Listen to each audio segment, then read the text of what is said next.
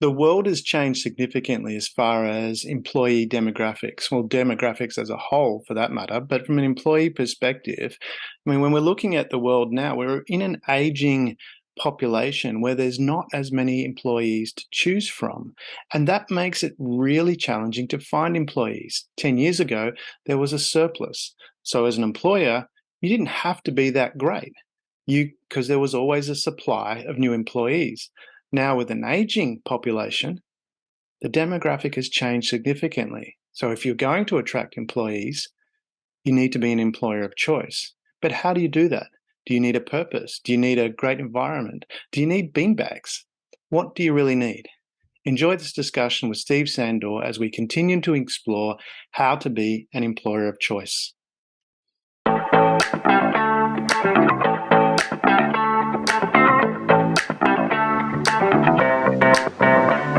Welcome to Share.care, an all-inclusive community sharing experience, strength, and hope to create strong, healthy, and inspiring relationships. Share.care communities work toward every individual feeling safe, valued, and heard, free from the threat of danger, pain, or harm. Each episode, founder Damian Andrews explores the principles underpinning Share.care and invites expert special guests to share their knowledge so you can easily reap the benefits so many others experience. You hold the choice to create your future.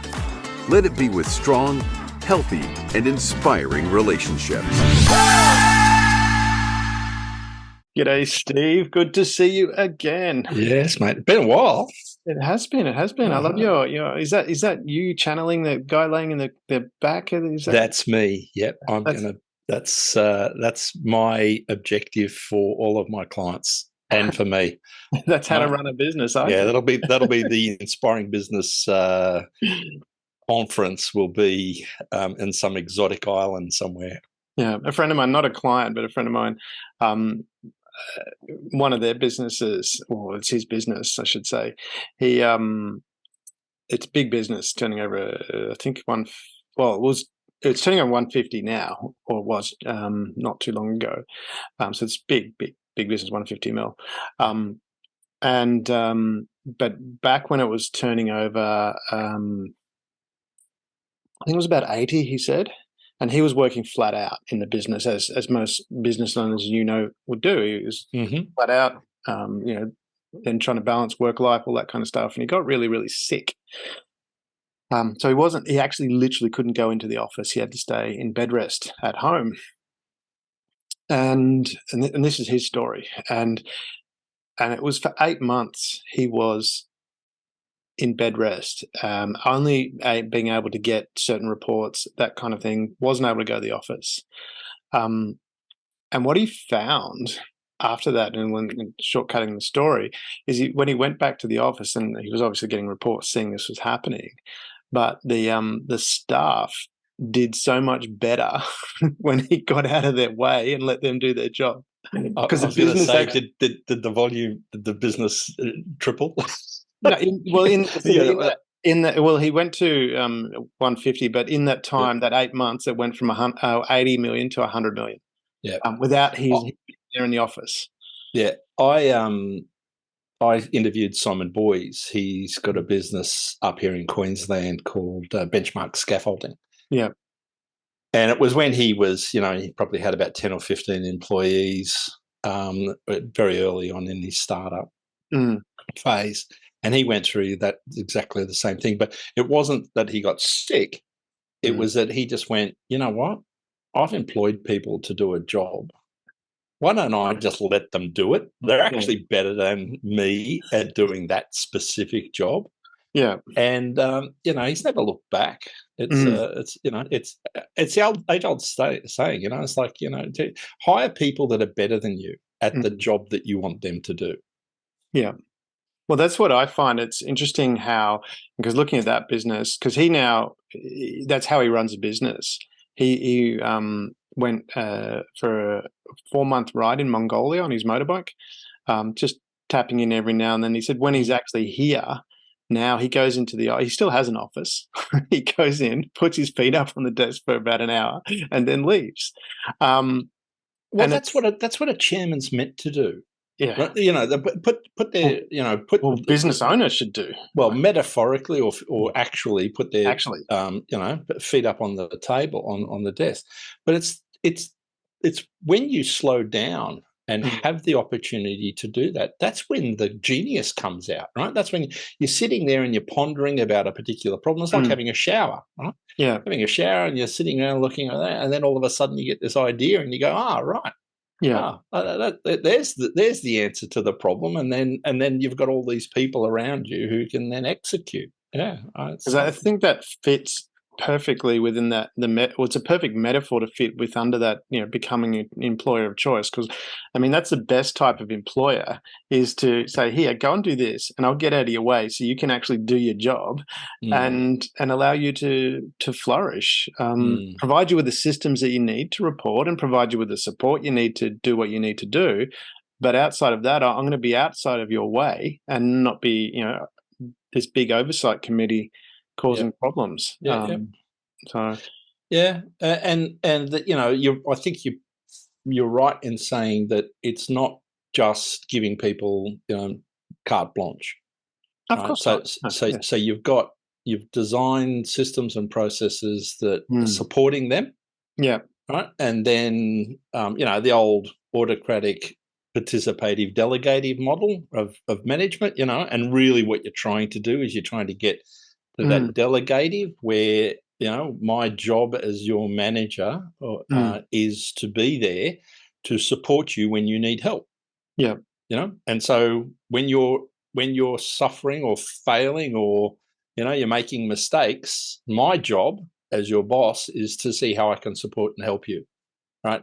As opposed to, bringing the stick out and beating you over the head because you've made a mistake. And so people, when they get to that, if they know that you've got their back, they're more than happy to be honest with you and tell you when they've made a mistake. Yeah. Because they know the context is that you're going to, they're not intentionally making mistakes. People don't come to work and intentionally go, I'm going to screw this up for my boss, right? You're going to get... yeah. Well, a lot of people think about that. Their partner does that. There are 1 in 1,000 people who actually are that nefarious. That's a very high ratio too. It's a lot less than that. Yeah. I've never met anyone that's deliberately gone in and sabotaged where they work. It's kind of... Yeah. Okay, you haven't worked in the corporate side. I was going to say, well, you'd have to be really not only a sociopath, if not a psychopath, but also to really not be looking after your own self-interest as well. Like, not because that's really shitting in your proverbial nest to undermine that. Well, we can run down this rabbit hole. The experiences I've had with that sort of behavior hasn't necessarily been that they're trying to sabotage the business. Oh, okay. But what they are trying to do is they're trying to sabotage the process or an individual or backstab, and it's usually that they're angry about, they're angry that they were overlooked for something or, whatever it is. So that, they get into that. But so when you when you do go to work and you do make a mistake, the context then is if that is that safe place for you to be at, right? And that your boss, when in the past, when you've made a mistake and you've gone to them and you've been honest, that doesn't necessarily mean that they're going to be happy, right? Yeah. It's like, what? You did what? Yeah. Okay, well... Okay, well, let's come back to that, right? Yeah. How you got to that point. But let's work. How can I help you and support you to, overcome this particular problem? Or, what do you need now to do that? Yeah. And, when you create that type of environment, and the words today are psychological safety or social safety, that's an employer of choice. That like you don't want to leave that type of organisation because that the one around the corner that you might go to for a couple of dollars extra, They may not necessarily have that type of culture, and so you sell your soul to the devil. Well, I've experienced that too, even with cultures that are toxic. I'm not when I say experienced, I'm not talking about me. Well, I think I have experienced toxic cultures, but anyway, the examples I'm thinking of are, I've had friends who were in toxic environments. One in particular, I might have mentioned this before, was in this really toxic environment. And for at least 2 years was talking about leaving, and it was toxic before that. But that's how long I'm aware that they were doing it and complaining about how bad it was. And the examples they're giving were really bad. But they stayed. And they stayed, and I'm saying, just go. You've got the opportunity, especially in today's day and age. It's an employer's choice. You get to, there's so much work out there for good employees, even bad employees, but good employees. It's not hard to find a job, and why don't you do that? And resisted. Oh, I don't know. And then when they finally did it 2 years later, they got, they got amazing offers, paid significantly more than what they were in, but in a much better work environment. The point I'm getting with that is that, people will stay in an environment, especially if it's a good environment. They will be happy to stay. They won't be looking because they're happy there. And that's, I think, the point you're getting to. Yeah, I mean, there's that old Maslow's, hierarchy of needs. Once certain things are established, and you don't have to worry about money. And I was reading an article the other day about the fact that you need to be able to pay people a certain amount of money that is commensurate with the effort that they put in the marketplace. Mm-hmm. And we can come back to talking about internal inequity within an organization, because that's usually a big problem. But assuming that, you're paying somebody a fair and reasonable amount of money for their effort,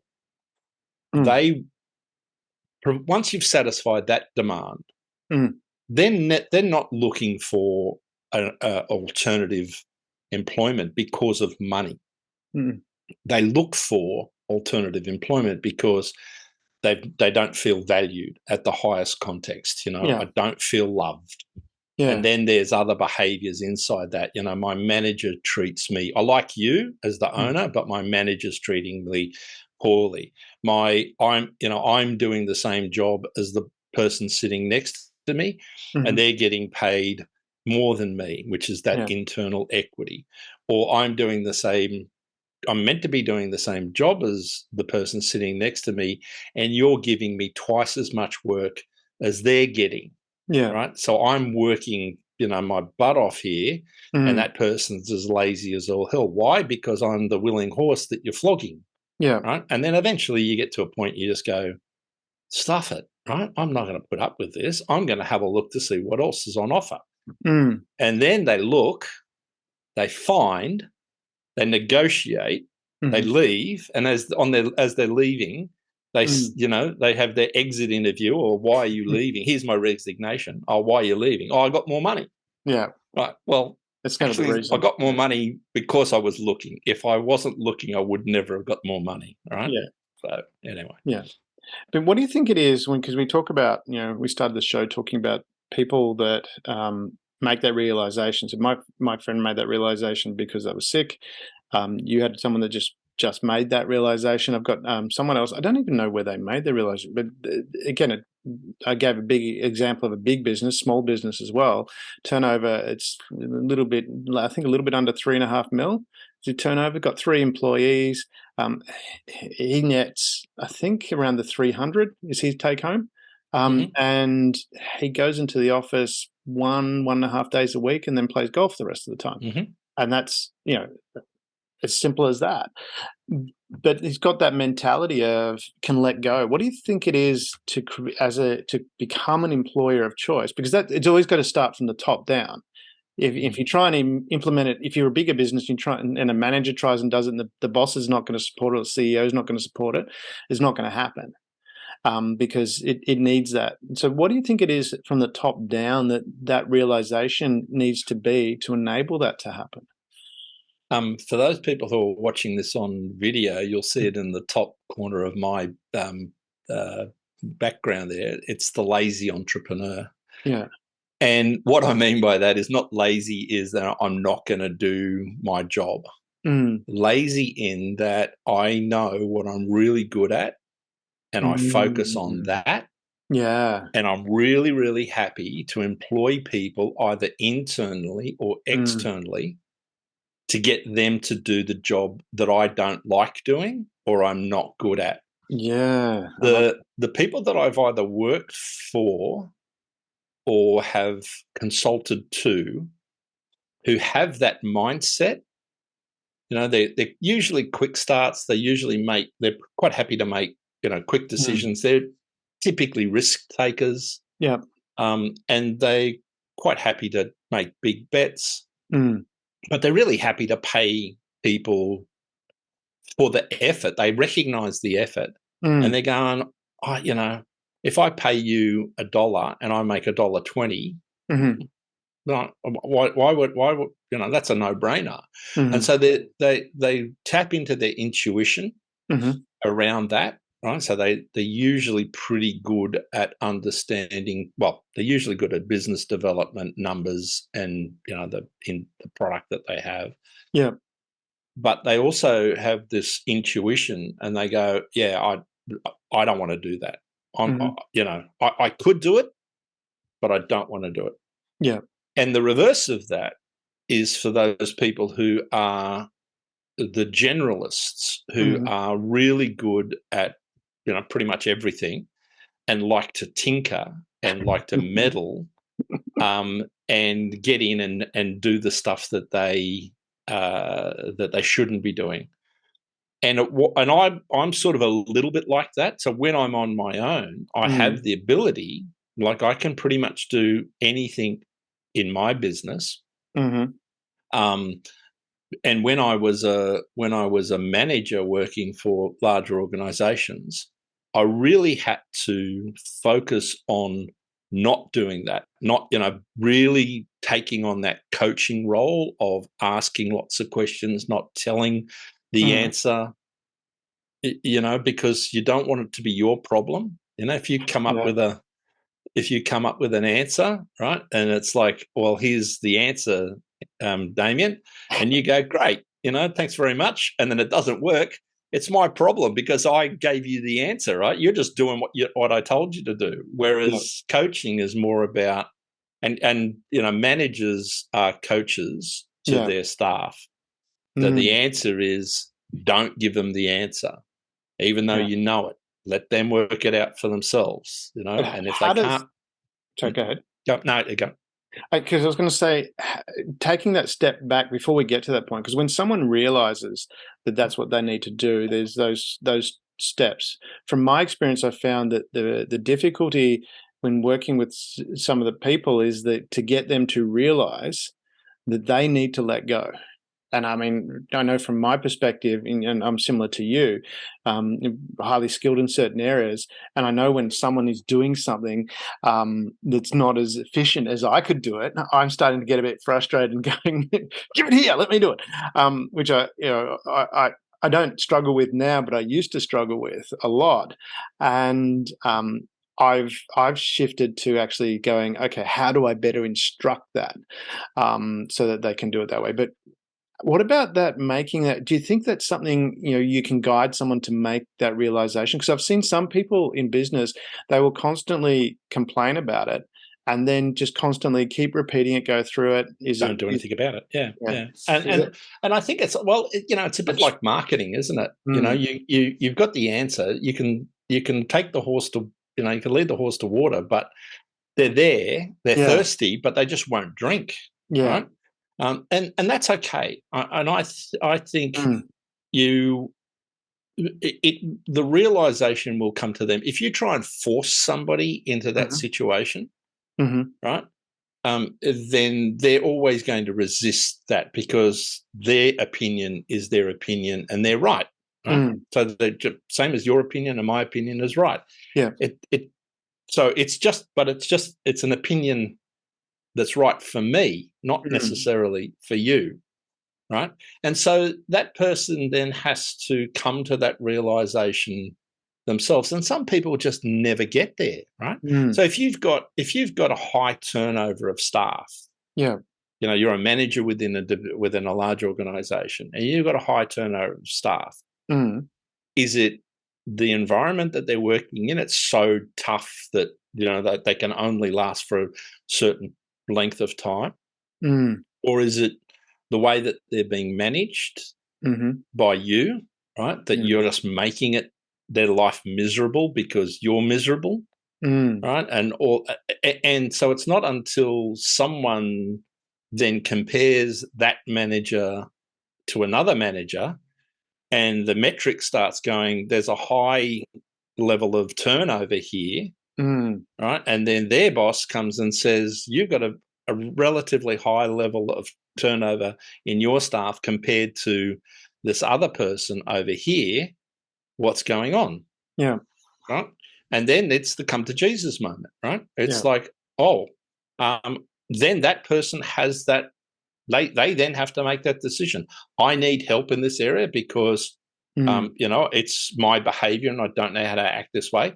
Or they'll start defending their position, right? And they'll start blaming everybody around them. And if the manager is smart, their manager is smart enough, they'll recognize that and they'll take corrective action, right? So it's that self-awareness. It all, always come down to that self-awareness that the circumstances are forcing me to look at what's happening around me.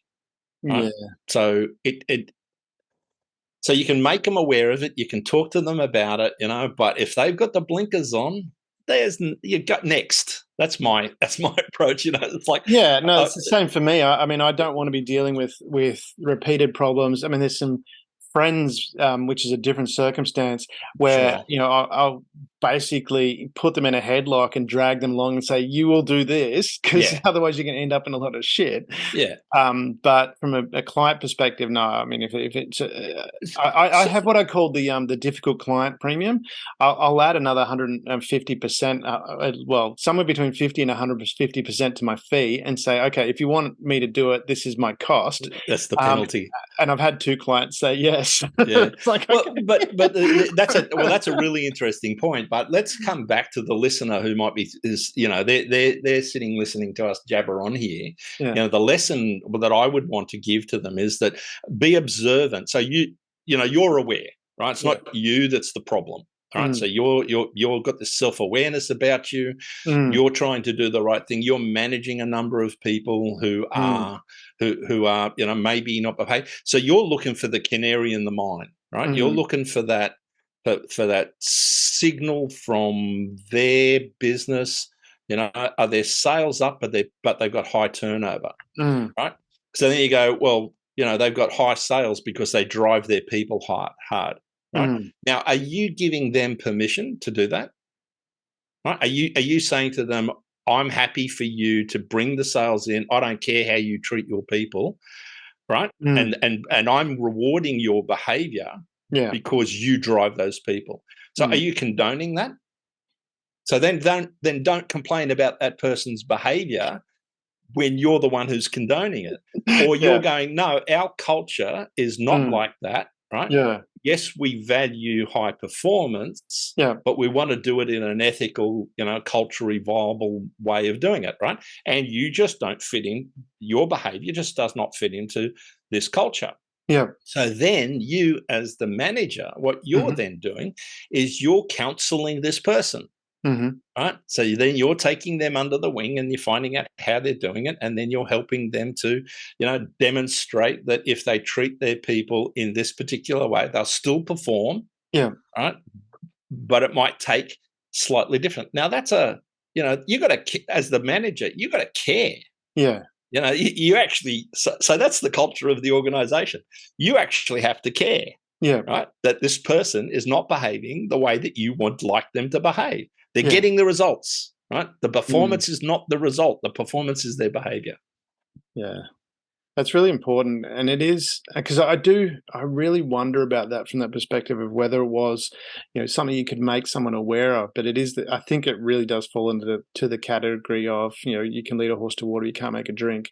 And certainly from my perspective, I don't spend a lot of time trying to convince someone of something. Certainly if it's a pay scenario. And I'm not going to be working my ass off to try and convince you to do something that you're not going to do, and it's just going to be a struggle. Yeah.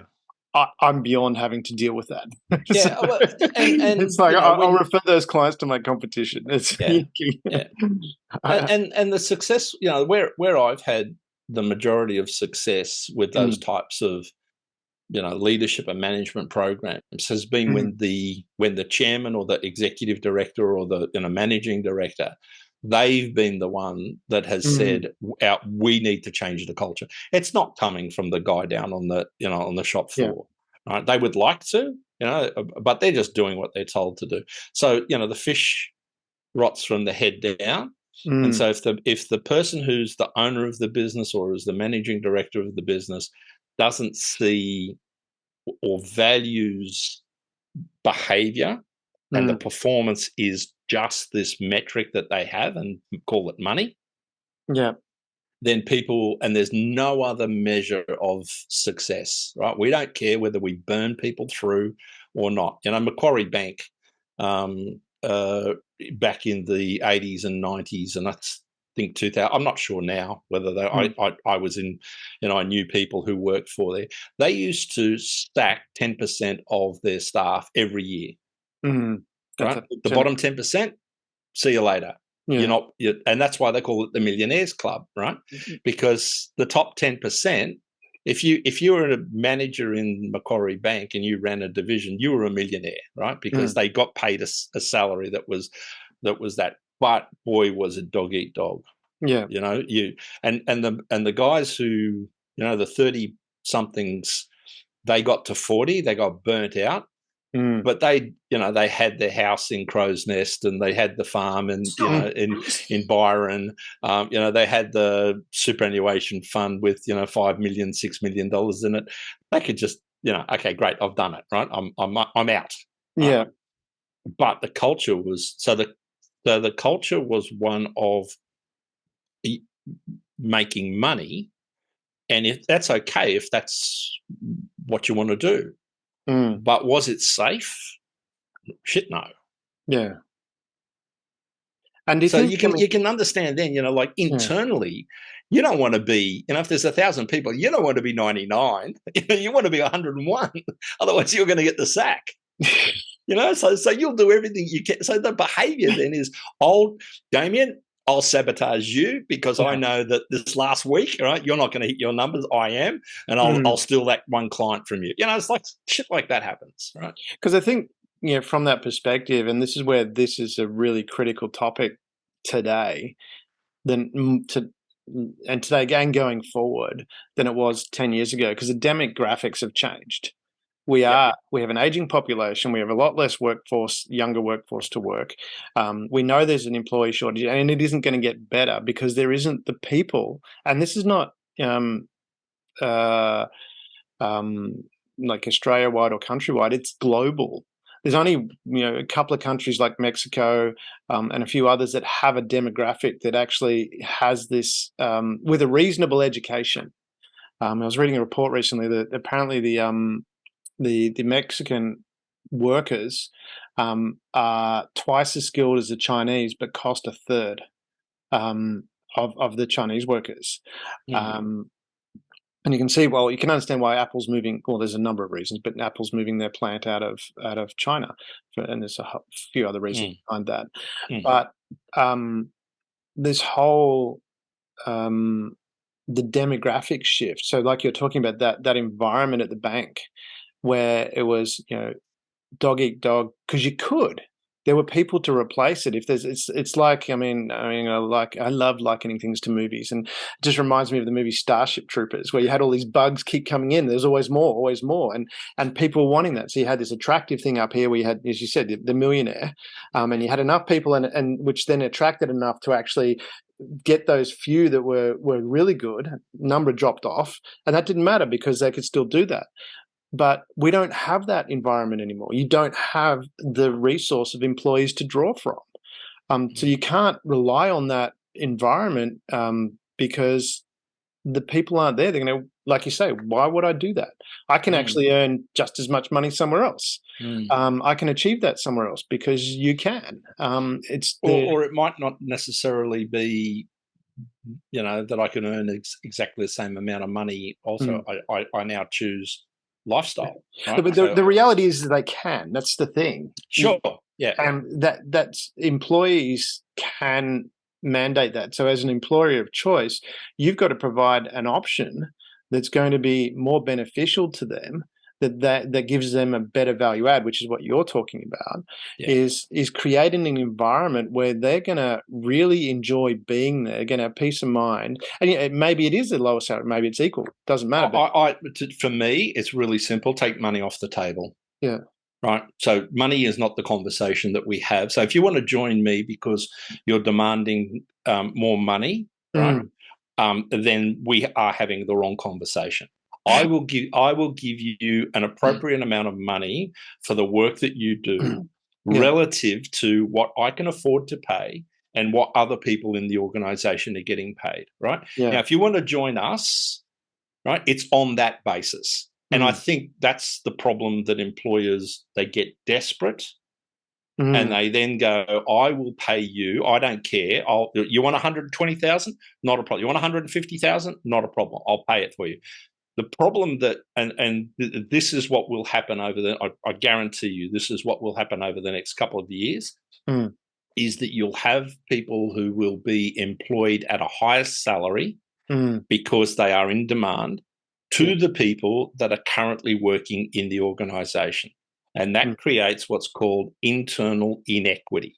It means that two people doing the same job are getting paid differently outside of the band that the organisation has set for that particular job, or you've got two different functional jobs, right, but the same size. And we're getting into a little bit of HR speak here, but you can have you can have the general manager of HR is the same job size as the sales manager, right? So they can be the same job size. Title, forget about titles. So, because the job size is the same, those salaries should be similar, right, or within a band. And because people are now they feel desperate that they have to employ that person, what you'll end up, great, you get that person on board. Legislation, Fair Work legislation now says that you can't contractually put a secrecy clause in the contract. So that person can talk about their salary, and you can't. You also can't prevent people from talking about the salary that they earned, whereas previously you could, right? And that legislation was passed the act was passed in December last year. So that means now that people can start talking about their salary. Now, will they? Not sure, right? Yeah, but they can. And so that's going to common, because I've never, in all my employment, I've never seen a secrecy clause as far as salary in any of them. But I haven't worked for every employer. I only found out. Well, I saw it. It came up. I was attending a HR law conference, and the subject came up, and I was like you. I went, what? What do you mean? I've never seen it, but I've been out of the country for 10 years, and I haven't worked for anybody for 20. Right? It's been well. There was a brief period where I did do, because a particular client wouldn't tag me on as a contractor to them. So I did an employment agreement because that's how they want. But the thing is that here we now have another circumstance that is going to cause people. So it's okay to have a conversation about money, but don't make it about, don't make the job about money. Make the job about the career path that this person has, the interesting work that this person will be doing, the fact that they that they autonomously, they can run autonomously to the rest of the management team. They can direct, they can be part of the strategy, which are all the things that they were lacking in their previous job that they're looking for in the new job, right? Yeah. Now they'll demand, how much I'm not going to leave for less. Okay, great. Then stay in the toxic environment that you're in. Why are you leaving? Oh, because you're in a toxic environment. Oh, so you want to come across here and you want more money, but you want me to fund that, right? No. We run a really, really good place here, right? It's fun to work. We enjoy it. Have a look around. People love to work here, right? Yeah. We pay you fairly. Now, it's up to you, right? It's entirely up to you. But I'm not going to beg you to join me, right? Because I'm going to have to, if money is the primary objective, I'm going to have to beg you to stay. Yeah. And that's, or you're going to come in and you're going to cause so much ruckus here because of what's going on with me having to pay you more, right? Or I go, yep, happy to do that, but then I'm going to lift everybody else's salary up to match. Yeah. Right? That's fair. Right? And that's okay, right? If that's what you, as the employer, and you go, right, well, it means we're going to have a 5% hit in our profits this year, but we'll make it up. Great. Okay, that's fine. Do that too. You can, that's a choice that you can make. Yeah. I'm on a roll here, mate. No, but not only, because I know you're really, really passionate about this, and you have a lot of experience in creating these environments where people love working with you, and I can relate to that because I've had employees where I've been working with them, and I know one in particular was performing really badly, but they had some other issues going on, and and that they were when it did come up and we were dealing with it, and they're going, look, I was worried, I really love working here and I don't want to get fired. And it's like, well, you're not going to get fired. And it was just, they, of course they like working with me. I'd like working with me. But it was, it's such, I know you're really passionate about it, but, and on top of that, I know it's really, really important. In today's more so in today's, like you say before, you could, well, I said, but you highlighted the example where they could get away with it because there was such a surplus, if you want to say, of that particular commodity, being the personnel.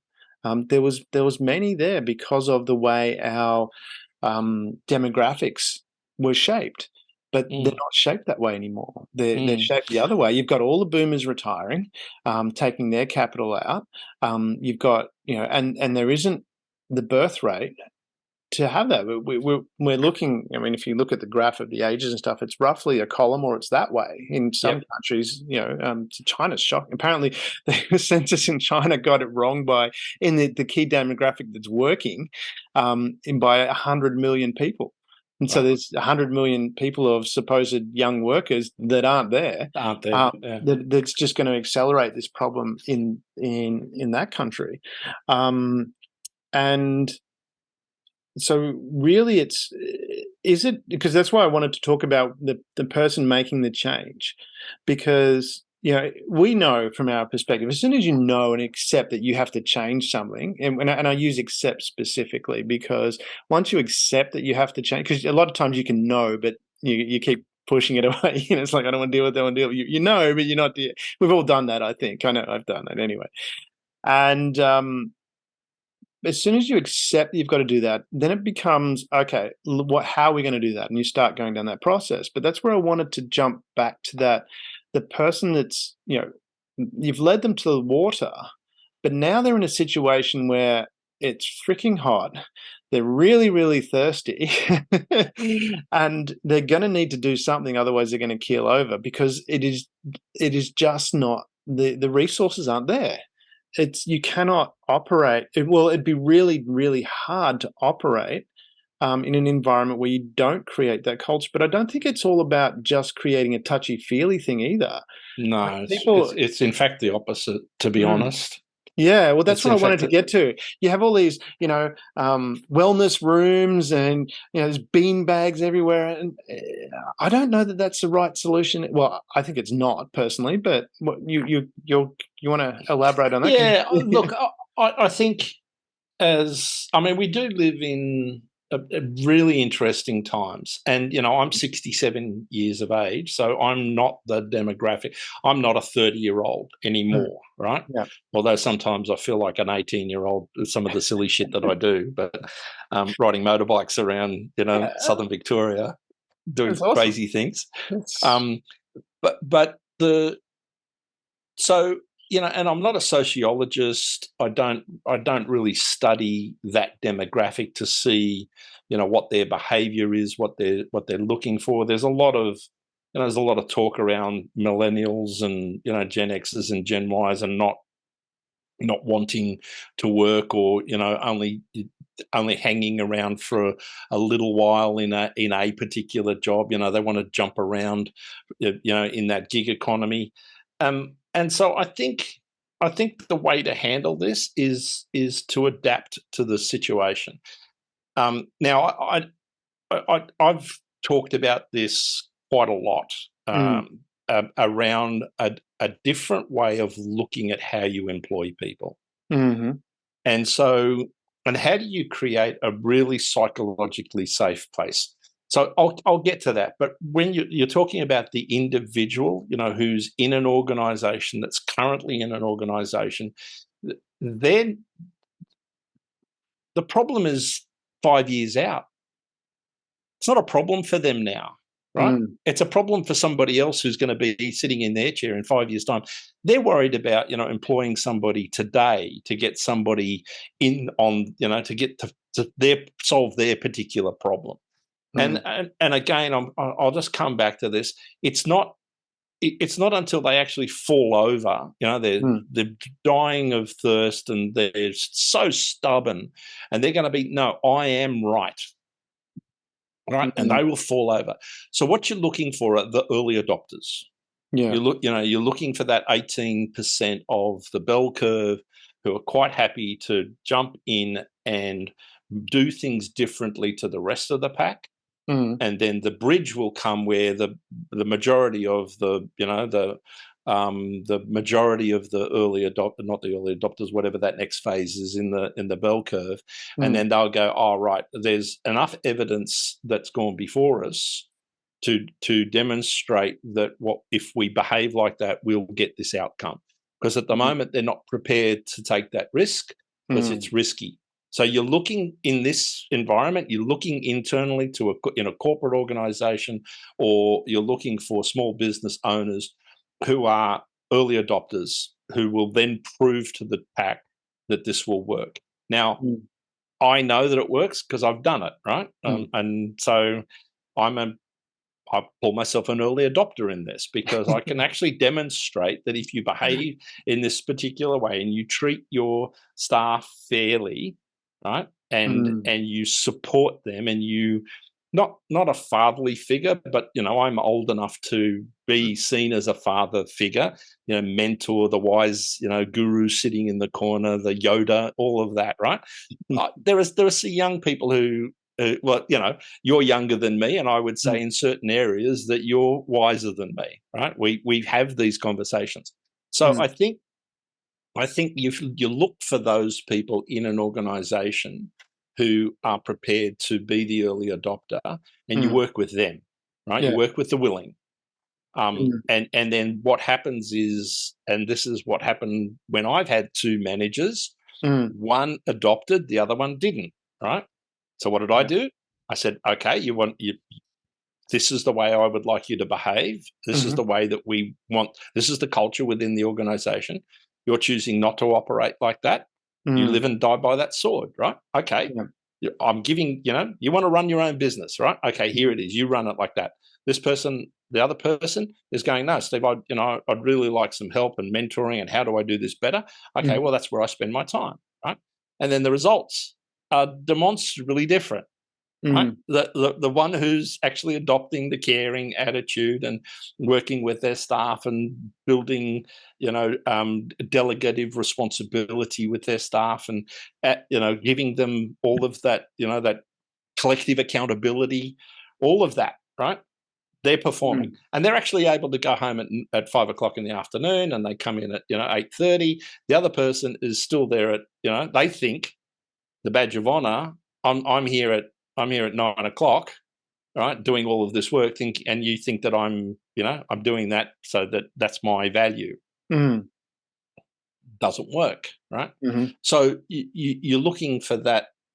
You're looking for that type of person who will then adopt it. They'll provide the evidence to everybody else, and then they'll start, the chasm will be bridged, and then everybody will start to behave differently within the organization because they see it as, working. But, you actually have to know what to do, right? Yeah. So it's not about being fluffy, right? Yeah.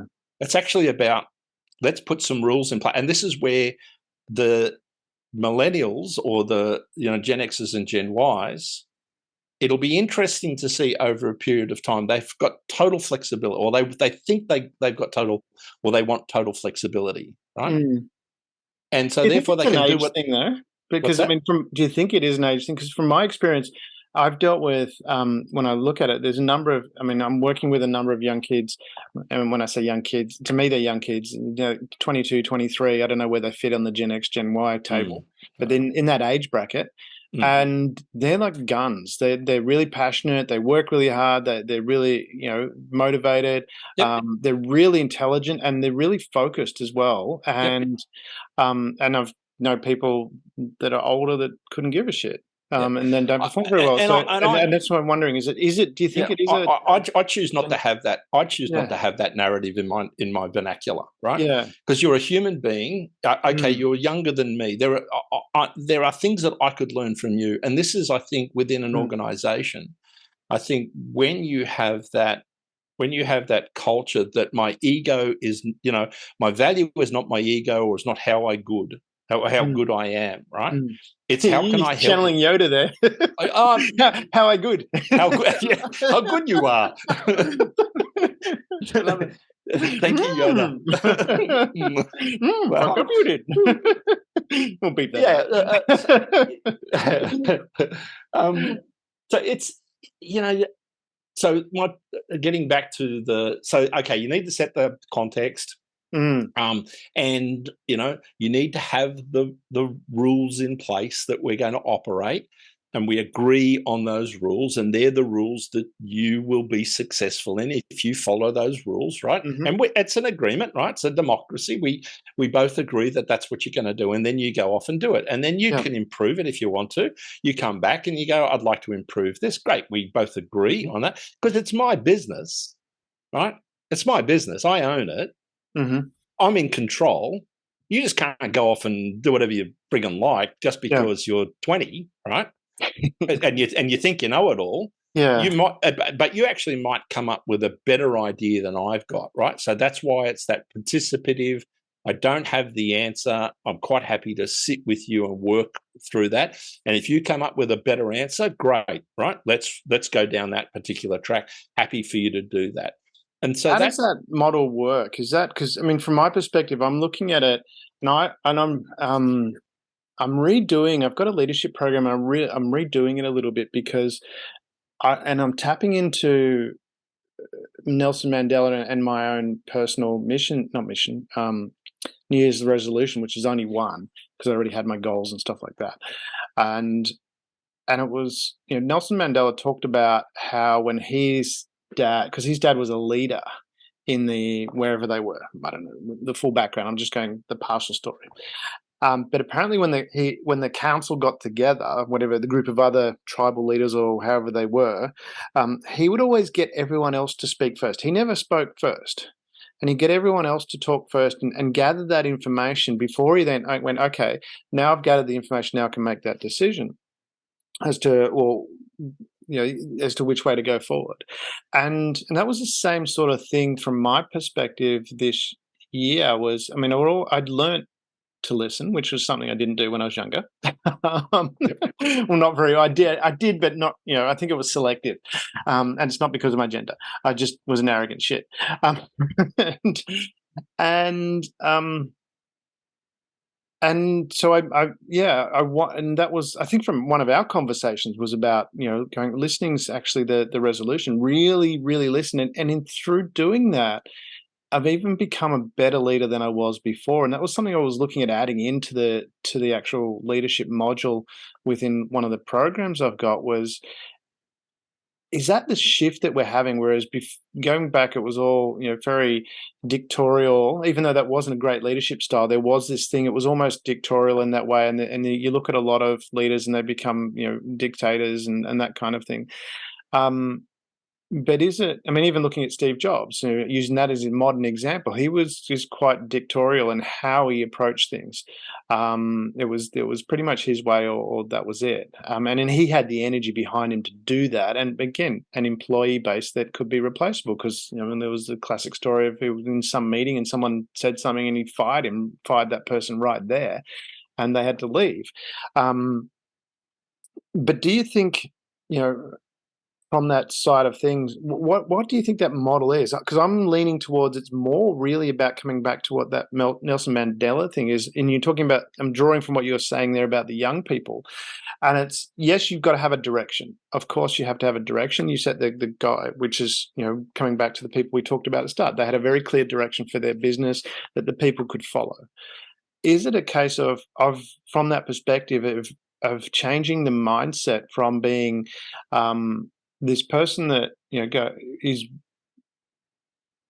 I'm going to use the word micromanagement. It's not quite what I mean, but really hands-on in all the little departments, to rather than going, okay, this is how we do it, this is how we do that, this is how I do this. It's like, we want to achieve that. How would you approach that and put that out there and have that discussion? Do you think that is something that is part of that process that we're moving towards? So there's a number of layers that you would build in the way an individual would manage or become a leader, right? So there's a difference between leadership and management. Yeah. You can be a leader and not be a manager. Mm-hmm. Shop steward, right? Leader, not a manager. Yeah. So leadership takes courage, and that's probably the greatest attribute that a leader has to have. And so courage isn't bravery necessarily, although it can be brave, right? Yeah. So, and there's a number of it. If you read Stephen Covey's 7 Habits of Highly Effective People, you'll see there, the definitions of leadership. The one that I like most is courage. So courage to be able, and you've got a military background. It takes a lot of courage to be at that, at that leading, or the enemy facing line, right? I mean, my son's at ADFA at the moment, and they've just spent a week and a half doing strategy, around battlefield strategy, and it's all they're doing is the theory, right? They went a week doing the theory, and then they'll do more, and then they'll do more, and then they'll do more, until it becomes they don't have to think about their action. Yeah. Right. So that's and as a leader, he needs to be confident and comfortable and courageous in his decisions. But if you put him at the battlefield today, he would probably, as a lieutenant or a lieutenant, I don't know which one we use, but he would probably get a whole bunch of people killed, right? Because he just doesn't have that. So one of the things we make a mistake is we promote somebody to a management position and we call them a leader. They have no freaking idea what they're doing, right? No idea, right? Yes. So that's so there's a couple listening, absolutely. 2 ears, 1 mouth, use them in that proportion. Yeah. Be the dumbest person in the room, right? Yeah. The problem with those meetings is that everybody's thinking about what they're going to say next. They're not actually listening to what the person was saying and absorbing that and processing it and thinking about it. They're actually, it's just washing them over. They're more worried about how important they're going to feel or sound, right, to the rest of the room. Yeah. As the leader, you want to be sitting, Nelson Mandela, right, or his dad, you want to be sitting back, observing, taking it all in, thinking about it, and then, you can you can ask questions. Yeah. Right? What do you mean about that, Damien? When you said that, what did you mean about that? Because I'm not sure that I understand that particular point. 2 ears, 1 mouth, ask the question and let them dig down. Oh, right, okay, I understand how that's going to fit into it. Right, okay, tell me more. Tell me more about that. So you're less interesting and more interested. Yeah. Right? So you're interested in what's happening around you. You're not trying to be the person who's interesting. And that, again, we come back to ego. Right. So there's a lot of that. When has ego ever gotten in the way of anything? So you get context, you get structure. Now, I'm going to come back to really simple principles of management.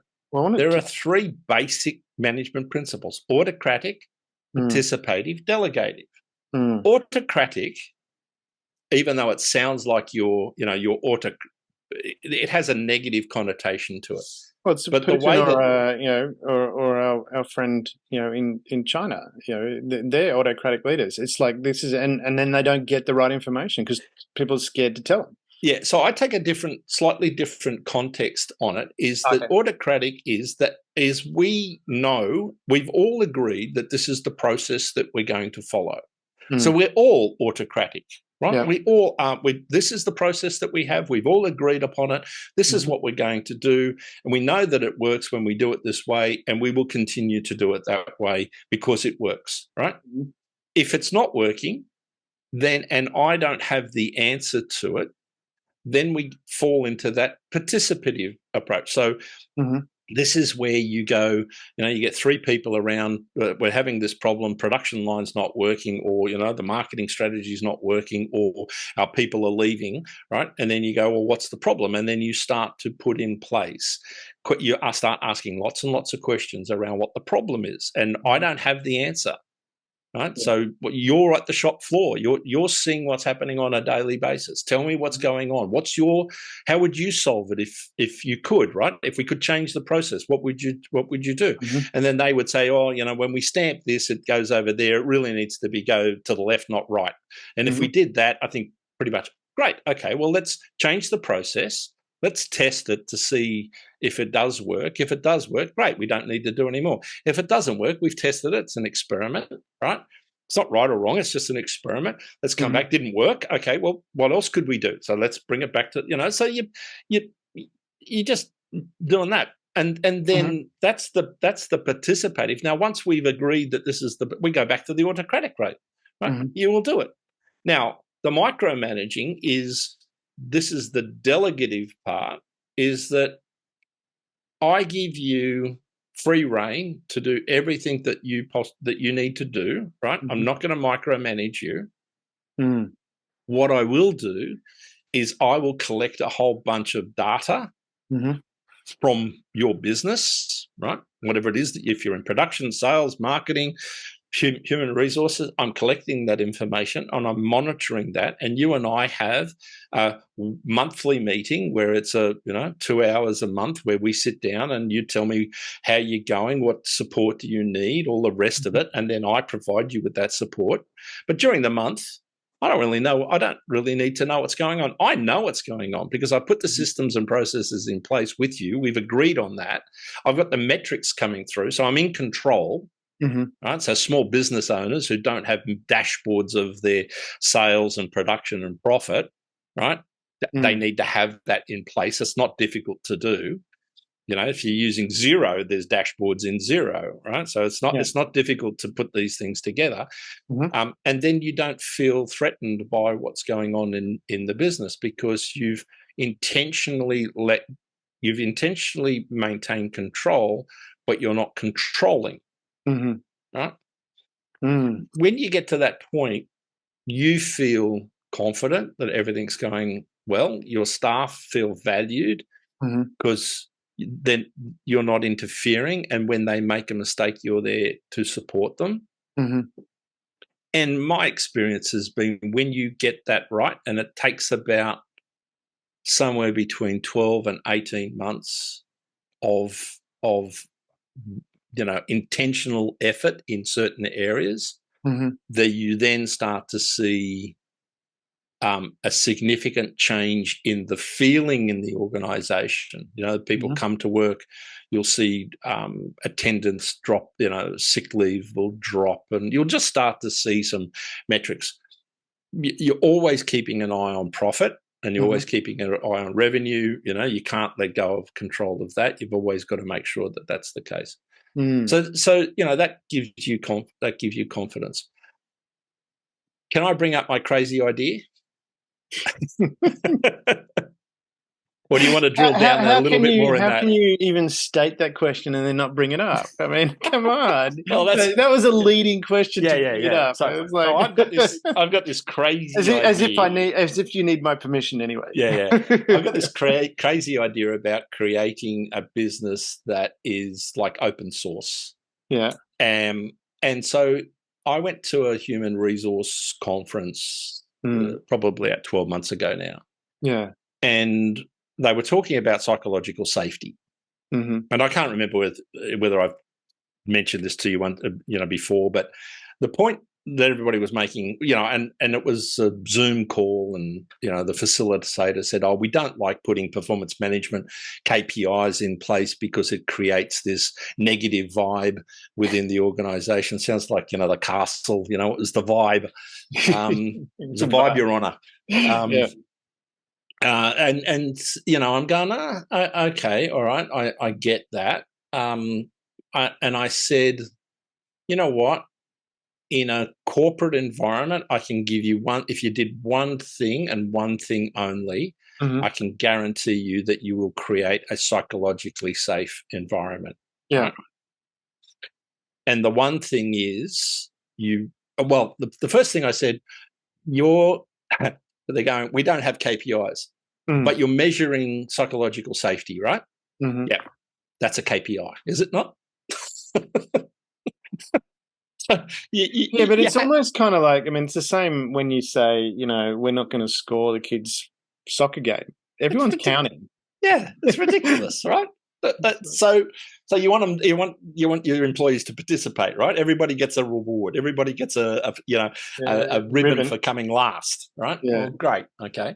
That's another rabbit hole. But I said, okay, look, I get. Well, I like NASCAR because you don't even get a ribbon for second place. It's called the winner's circle. The winner's circle. Yeah.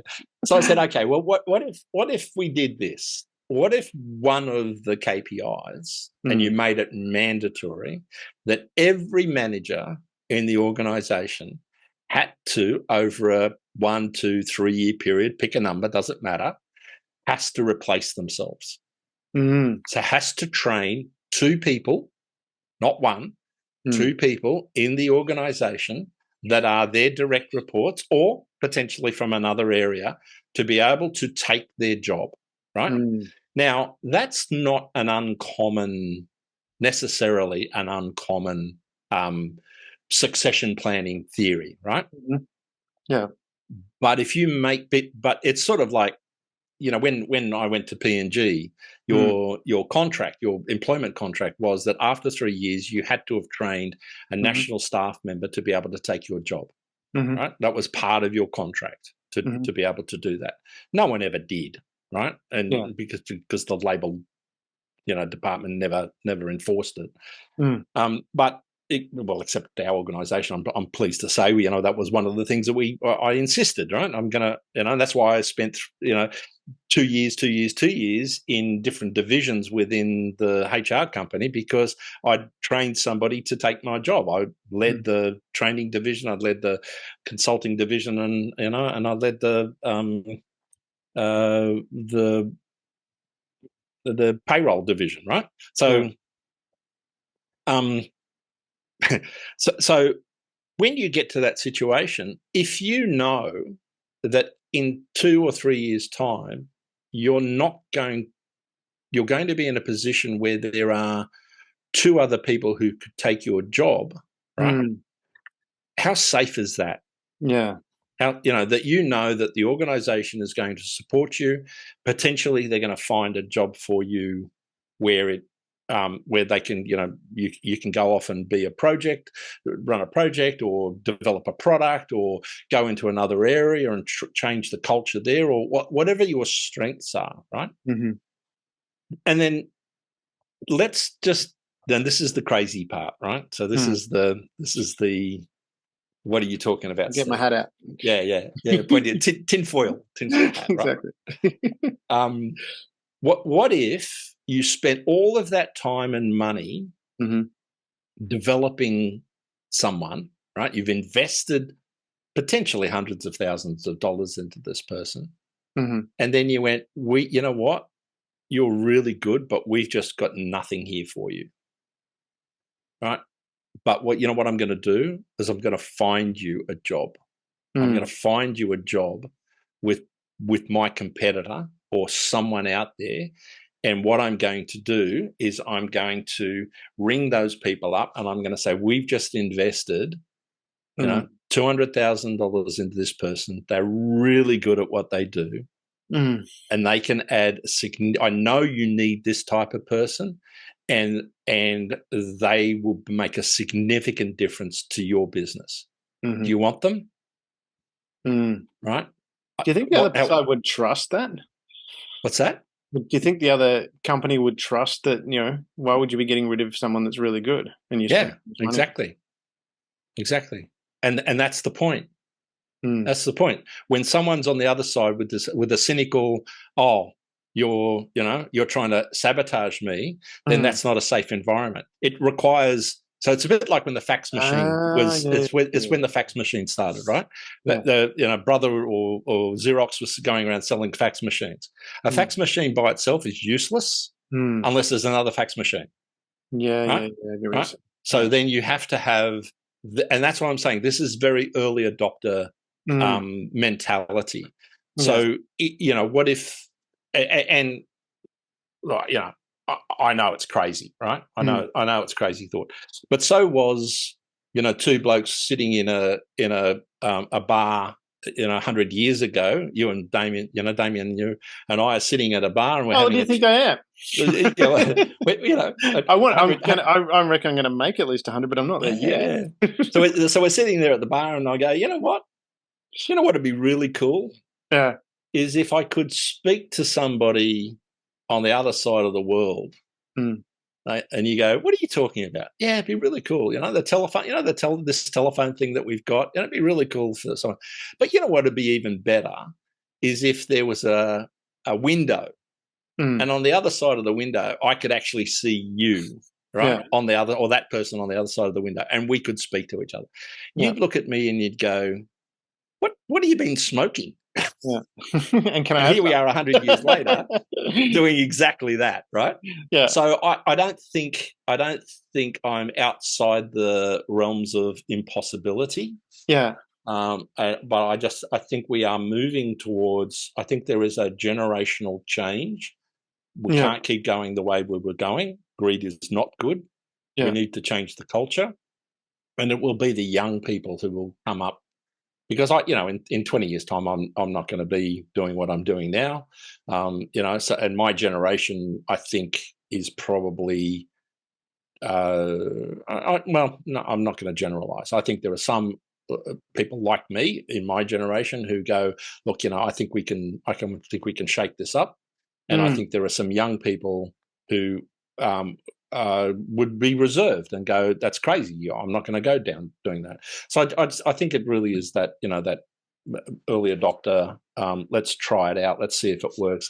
We'll make 100 mistakes before we actually, experiment with it and get it wrong 100 times. And then we'll crack it, and the tungsten filament won't blow up, and we'll have light, right? Yeah. So from that side of things, because I want to explore that a little bit more, and come back to what we talked about before, because we were talking about the I mentioned the beanbags and the soft rooms and the quiet rooms and all that kind of stuff. And you said, if I heard correctly, that's not the solution, which I agree with. No, I don't know. I think it's a bit like music, isn't it? Like did you like the Beatles or do you like Kanye West? Right? Well, if I like the Beatles, you might like the Beatles. Do I like Kanye West? I don't listen to him, so I don't know. Right? Yeah. So I don't know that it's wrong. I think it will find its level. I think organisations will find what works for them in their environment, and it'll be that pendulum will swing until it finds its space. Do you think? I mean, because I'm looking at that, going, well, to me, yeah, I get what you're saying. It's something, it's because a quiet room and a beanbag doesn't really appeal to me. There's no reason not to have a quiet room if the room is for going off and meditating and having for example, a normal day for me is I get to about 2:00 because I wake up early. Right? I get to about 2:00 and I've run out of energy, so I go and have a 20-minute nap. I have a nana nap. Right, and I set the alarm on my watch or on my phone. So I just had a flash of you going. Yeah. Oh, no, I actually go in the couch.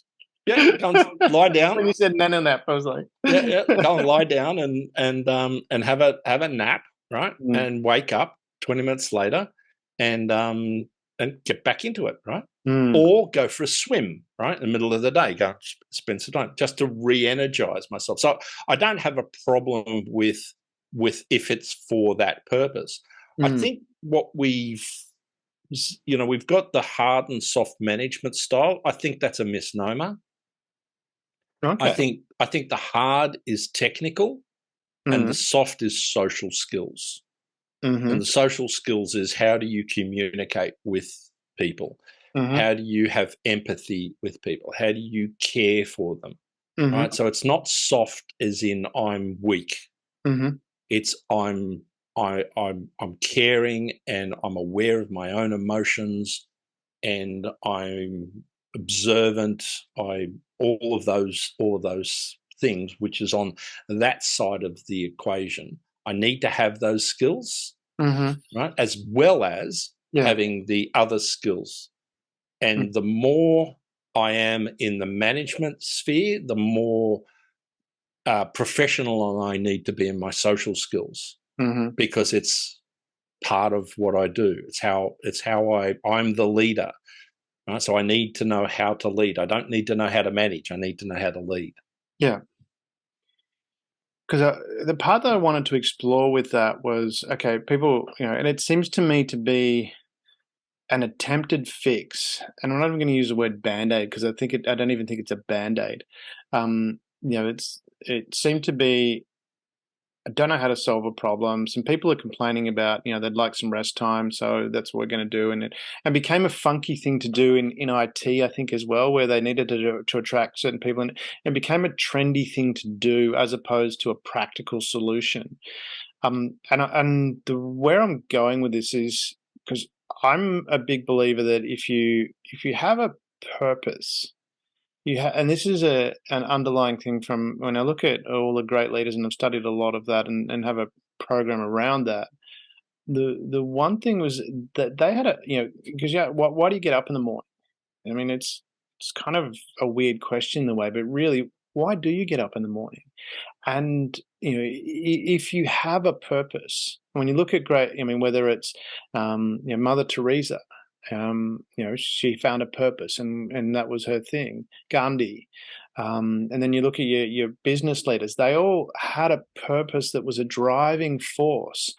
And I'm just wondering if that's more where the focus needs to be. The focus needs to be about, one, what is the purpose of what we're doing? Not what is the thing we're making or the service we're providing, but what is the benefit?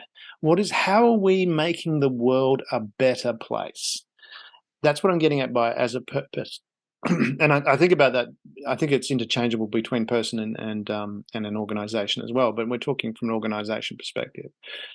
And I'm just wondering from that perspective, if we're as an organization, clear about what our purpose is, what it is we're trying to achieve, what our values are, and we're really clear about that, and that's what we're promoting as well. This is how we're benefiting the world. This is how we're making it a better place. Do you think that will filter down? I mean, from my experience, it does, but I want to get your opinion on. Do you think that filters down through the organization and makes, by setting that itself, it will naturally filter down and make it easier to create this employer of choice culture, which is one of the 3 areas of goals that I set with organizations. Culture is important. Do you think that just naturally happens if you take care of? We talked about, the fish stinks from the head down. If the head is right of where you're going, the rest becomes a lot easier. What's your take on that? And how do you have you? And yeah, what's your take on that? And I'll leave it at that. I don't think it happens naturally. I think it's intentionally. So yeah, there has to. Sorry, go ahead. Yeah. No.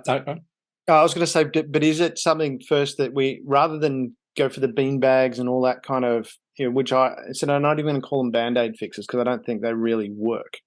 I've been in so many organizations where those things are never used. I think there's a narrative again. It's the Hollywood California story, right? Does everything look like Hollywood? No, Hollywood looks like Hollywood. Hollywood, and that's not real. Yeah, Hollywood likes to portray everything like Hollywood. I haven't been to Hollywood, but so many friends of mine have been there and worked there. I'm not sure that there were too many bean bags in Wall Street or London, right? Maybe the tie came off and you walked around in a Versace suit with a with an open neck collar and the cufflinks, right? I think the dress code and the behaviour of within the organisations. I think I think the organisations are trying to find ways of making it comfortable for the employees to come to work. Creches within an organisation. You wouldn't call that a silly idea, right?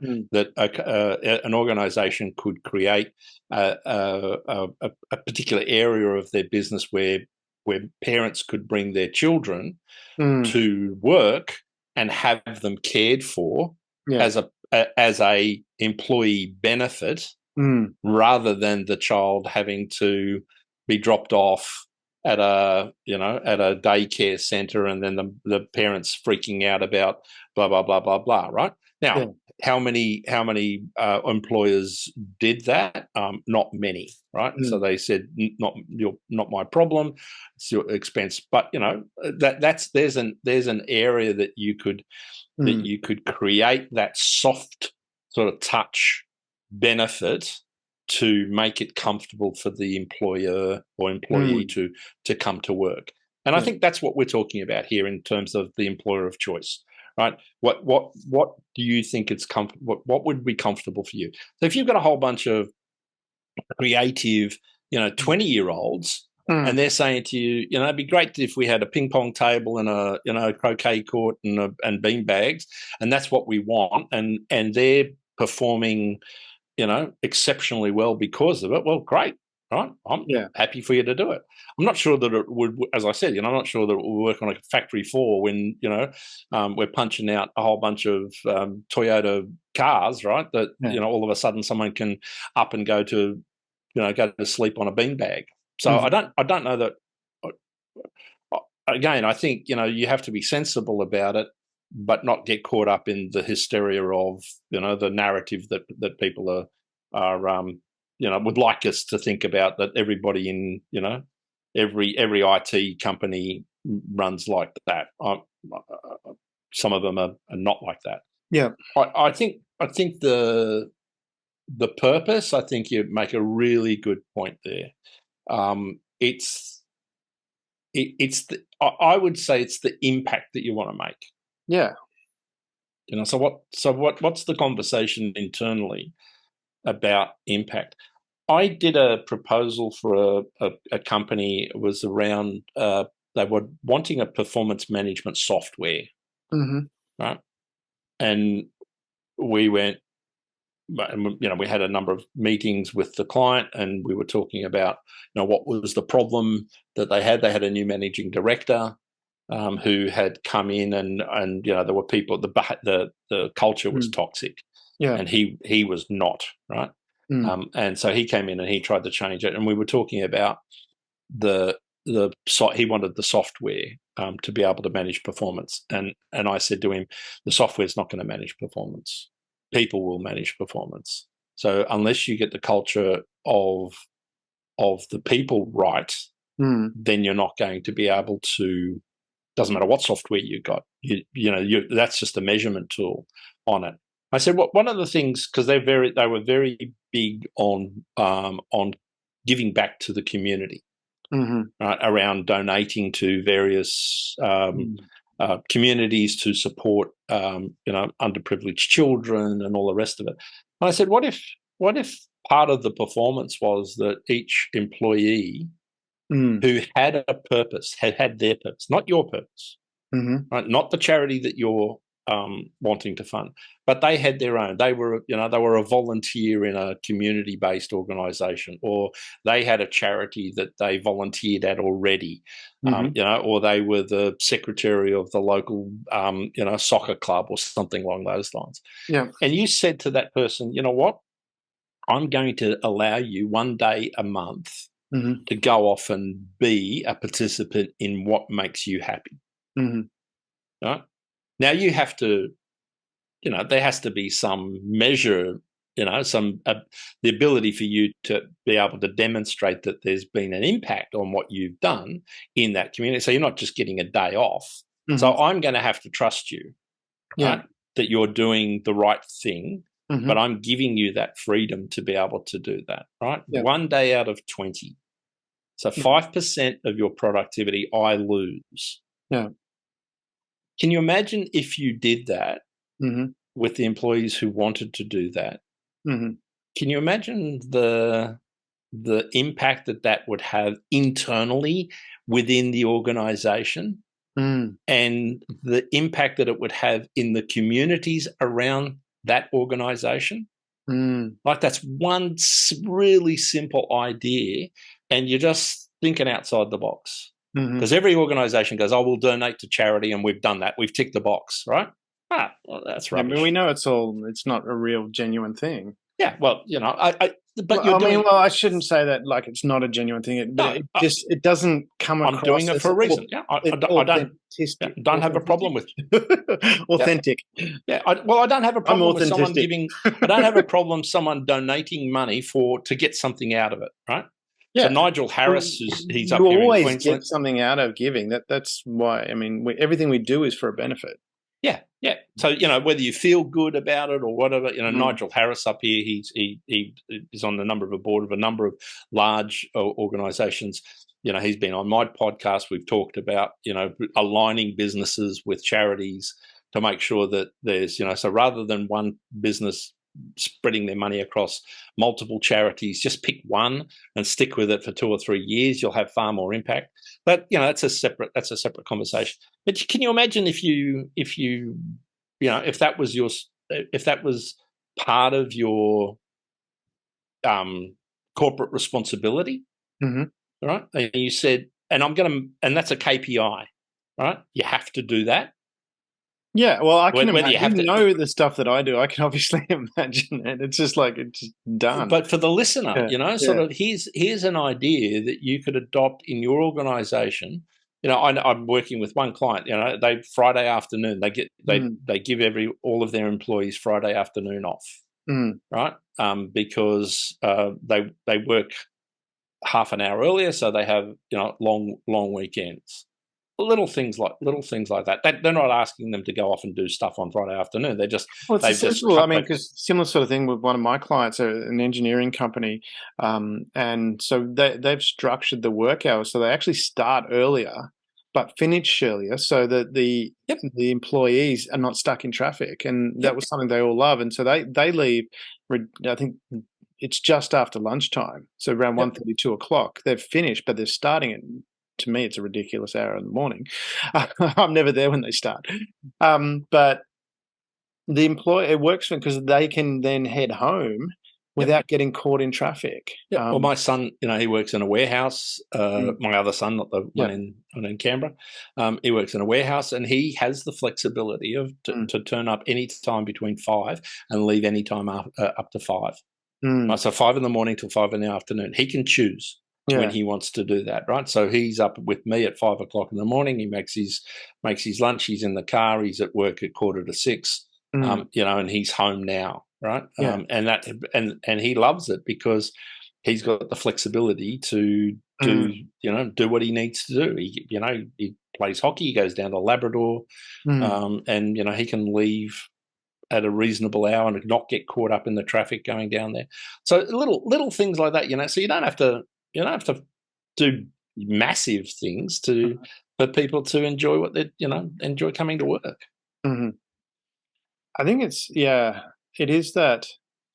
I mean, I agree. It doesn't take much to actually create an environment, and it's not difficult to do that it's functional for everybody. But I do want to. I mean, because from majority of companies I've been in, and I would say the vast majority, they weren't, and I'm struggling to think of one that actually does, except for ones that I'm actually on the board or a director of, where they actually were very clear about the impact. You used the word impact. I like that. But I talk about the how they're leaving the world a better place. So yours is much more efficient. The impact.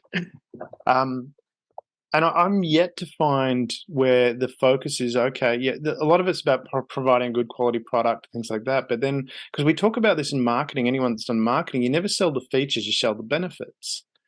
And I think that applies in how you operate as well as an organization, as far as setting your mission. It's not, what is the benefit to the world? What is the impact in your terminology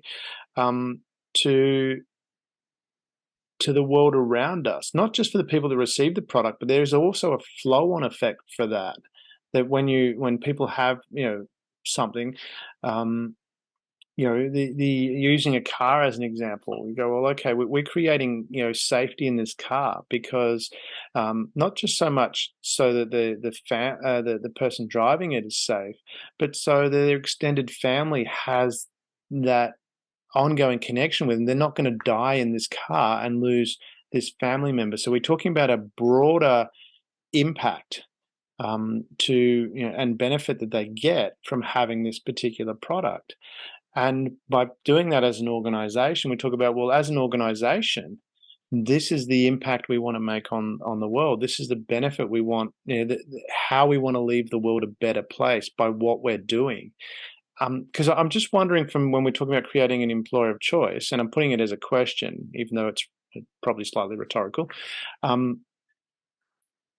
how much that influences, if you're really clear. So I'm yet to find a company that I haven't touched in some way that has that, and I'm sure they're out there. So but I personally haven't dealt with them.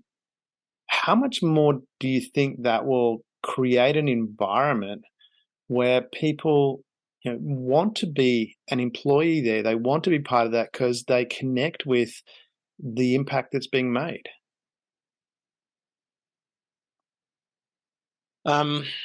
My view is some people will embrace it, and because that's what they do, they're very giving in their nature, and they want to contribute to.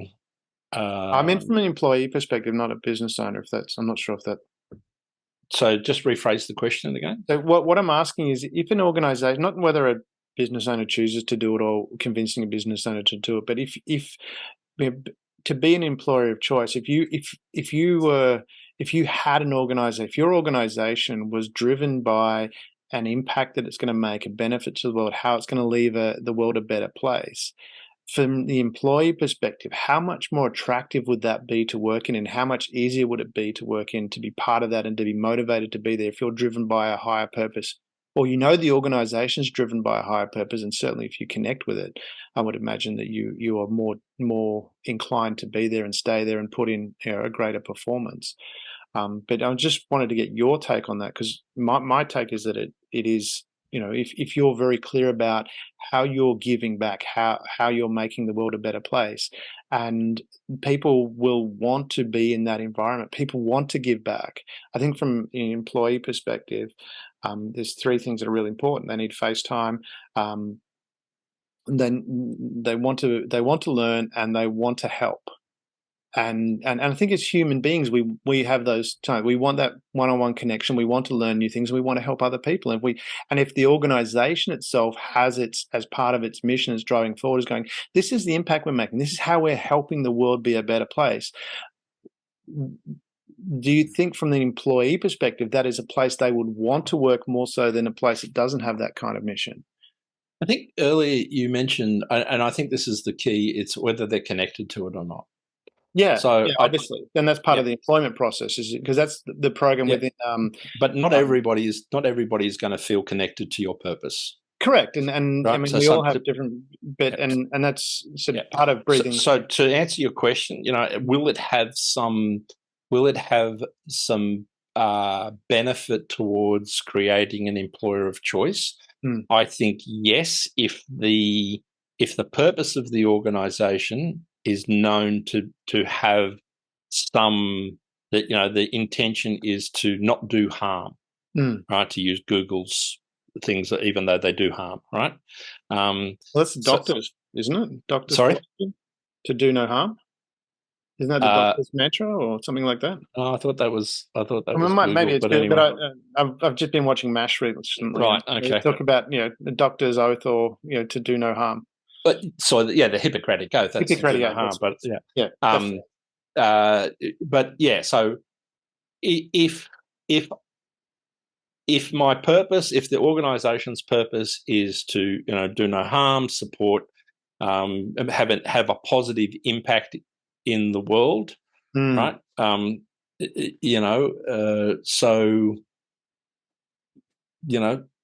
I can be purposeful, but I can also be selling vape, because my purpose is it potentially reduces the number of people who take up cigarettes. But what we're doing is we're getting people to take up vaping, not cigarettes, right? And that's just that's bullshit, right? Total bullshit. So just morally wrong, right? Yeah. So, but you'll have people working in those organisations who, for whatever reason, will work in those organisations, right? So that won't be a philosophical or moral imperative for them to be attached to. Yeah. And then you'll have organisations that are, the other end of the spectrum is where the charities of the world, the types of things that you're doing with Share, where it has a huge impact and purpose attached to it, and a moral, trying to have a positive impact in the world. The stuff that you're doing with Karen Lindsay this week, around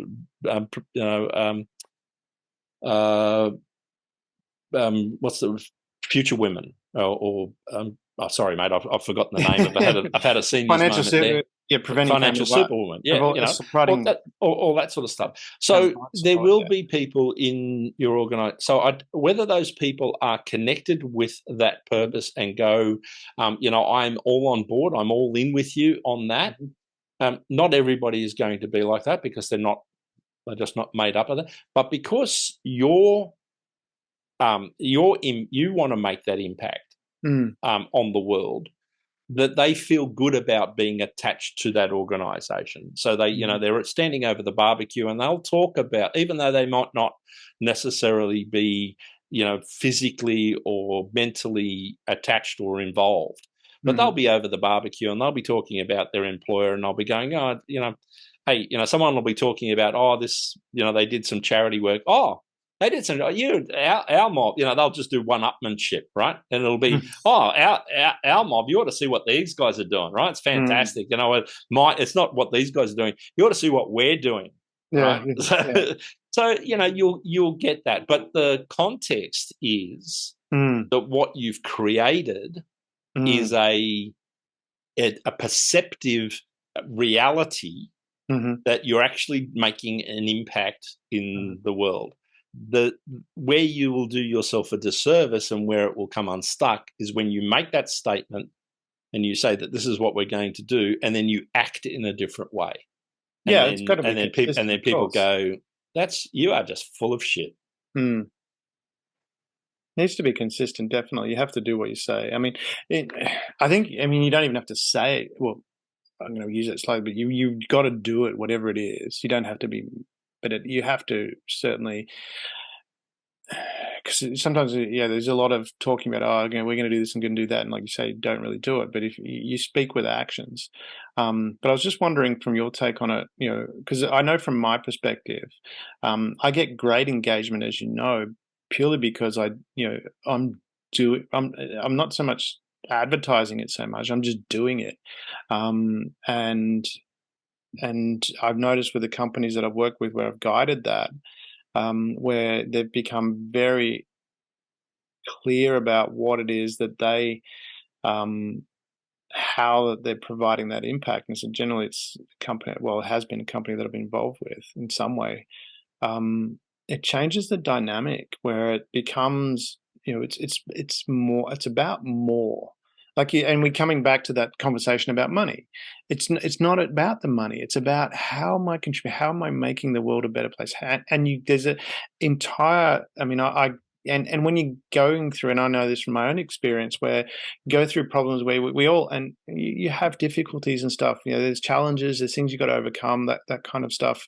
Whether you're an employee or an employer, whether new competition steps in, all that kind of stuff. But when you have that bigger purpose, it drives you more to want to do these things. And as you said, you've really, that becomes part of, I mentioned before, the Breathing Fire program that I have, which is a more global organizational program of how an organization can really perform. There's modules within that go, okay, well, firstly, let's identify what it is that we're going to give back. And then from that side of things, it's how, when I say give back, it's what are we doing in what we're doing? How is it benefiting society? How are we making the world a better place?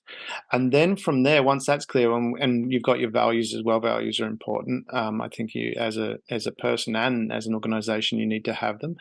But from there, you can then have an employment process. And you mentioned before, not about having this discussion about salary. Whenever I've employed people, it's always been looking for the character of the person, not values intentionally, but when I initially started, but then I started to include the values as well. And that's certainly part of the module that deals with employing people, is to identify their character, what are the important values, and do they align?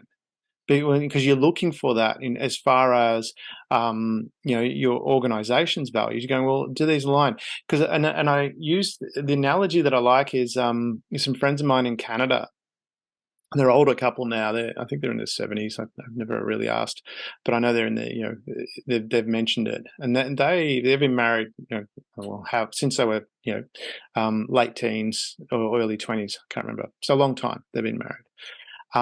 But they were an arranged marriage, and they've had problems and issues and stuff like that as they've gone through. But it's they're very much what the processes they talked about was the parents, when they were looking for the partner for their children, and it wasn't marrying some girl off to some guy, because it was an equal collaboration. It was from a democratic country, well, they're from India, so, which is a democratic country.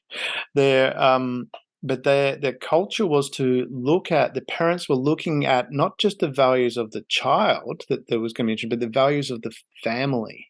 So they were very much looking at what are the core values, the core ideologies of, not everything has to be the same, but it was the core stuff is,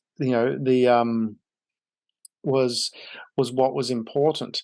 And as a result of that, when they had difficulties, as you tend to do in a marriage, and we've all, I'm sure everyone's had some sort of difficulty in their marriage or relation. I'm pretty sure everyone who's had a relationship has had a problem at some point.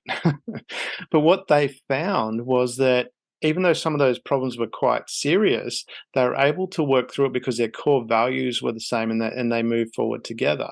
And I found, from my experience anyway, the same applies in that same principle. And I use that as an analogy. That same principle applies in an organization, because it's almost is a marriage where you want to have things aligned. But as if you're looking for employees, you need to be clear about what it is that you're looking for to start with. Because if you're not clear, you're going to get anything, which is generally the case. But if you are clear and go, okay, this is our purpose.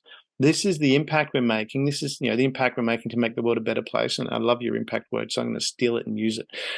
Great, good artists create. It's R&D, mate. You know what R&D stands for? Rip off and duplicate. Exactly.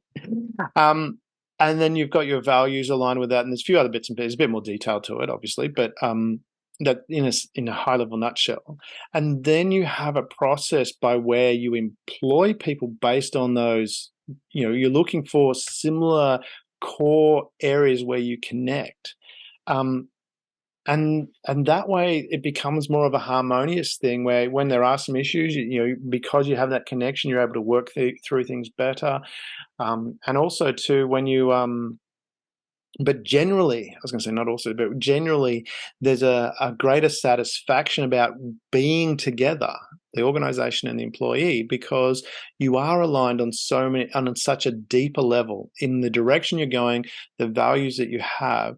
Because you're aligned that way, you feel better about being together. And it goes both ways. It's not just and even though the company is not a person as such, it's made up of people, but there's a feeling that goes both ways. How that organization is projecting its feeling towards the person, and vice versa. The person feels about being there.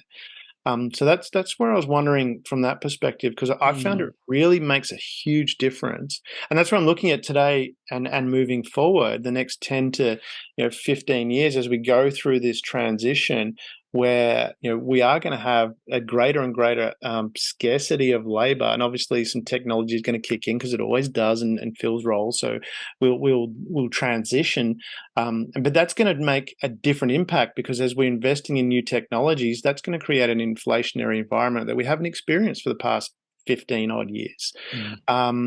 Because when you're spending that money on capital, there's going to be that higher cost. There's going to be there's going to be those increases, which will eventually lead to more efficiencies.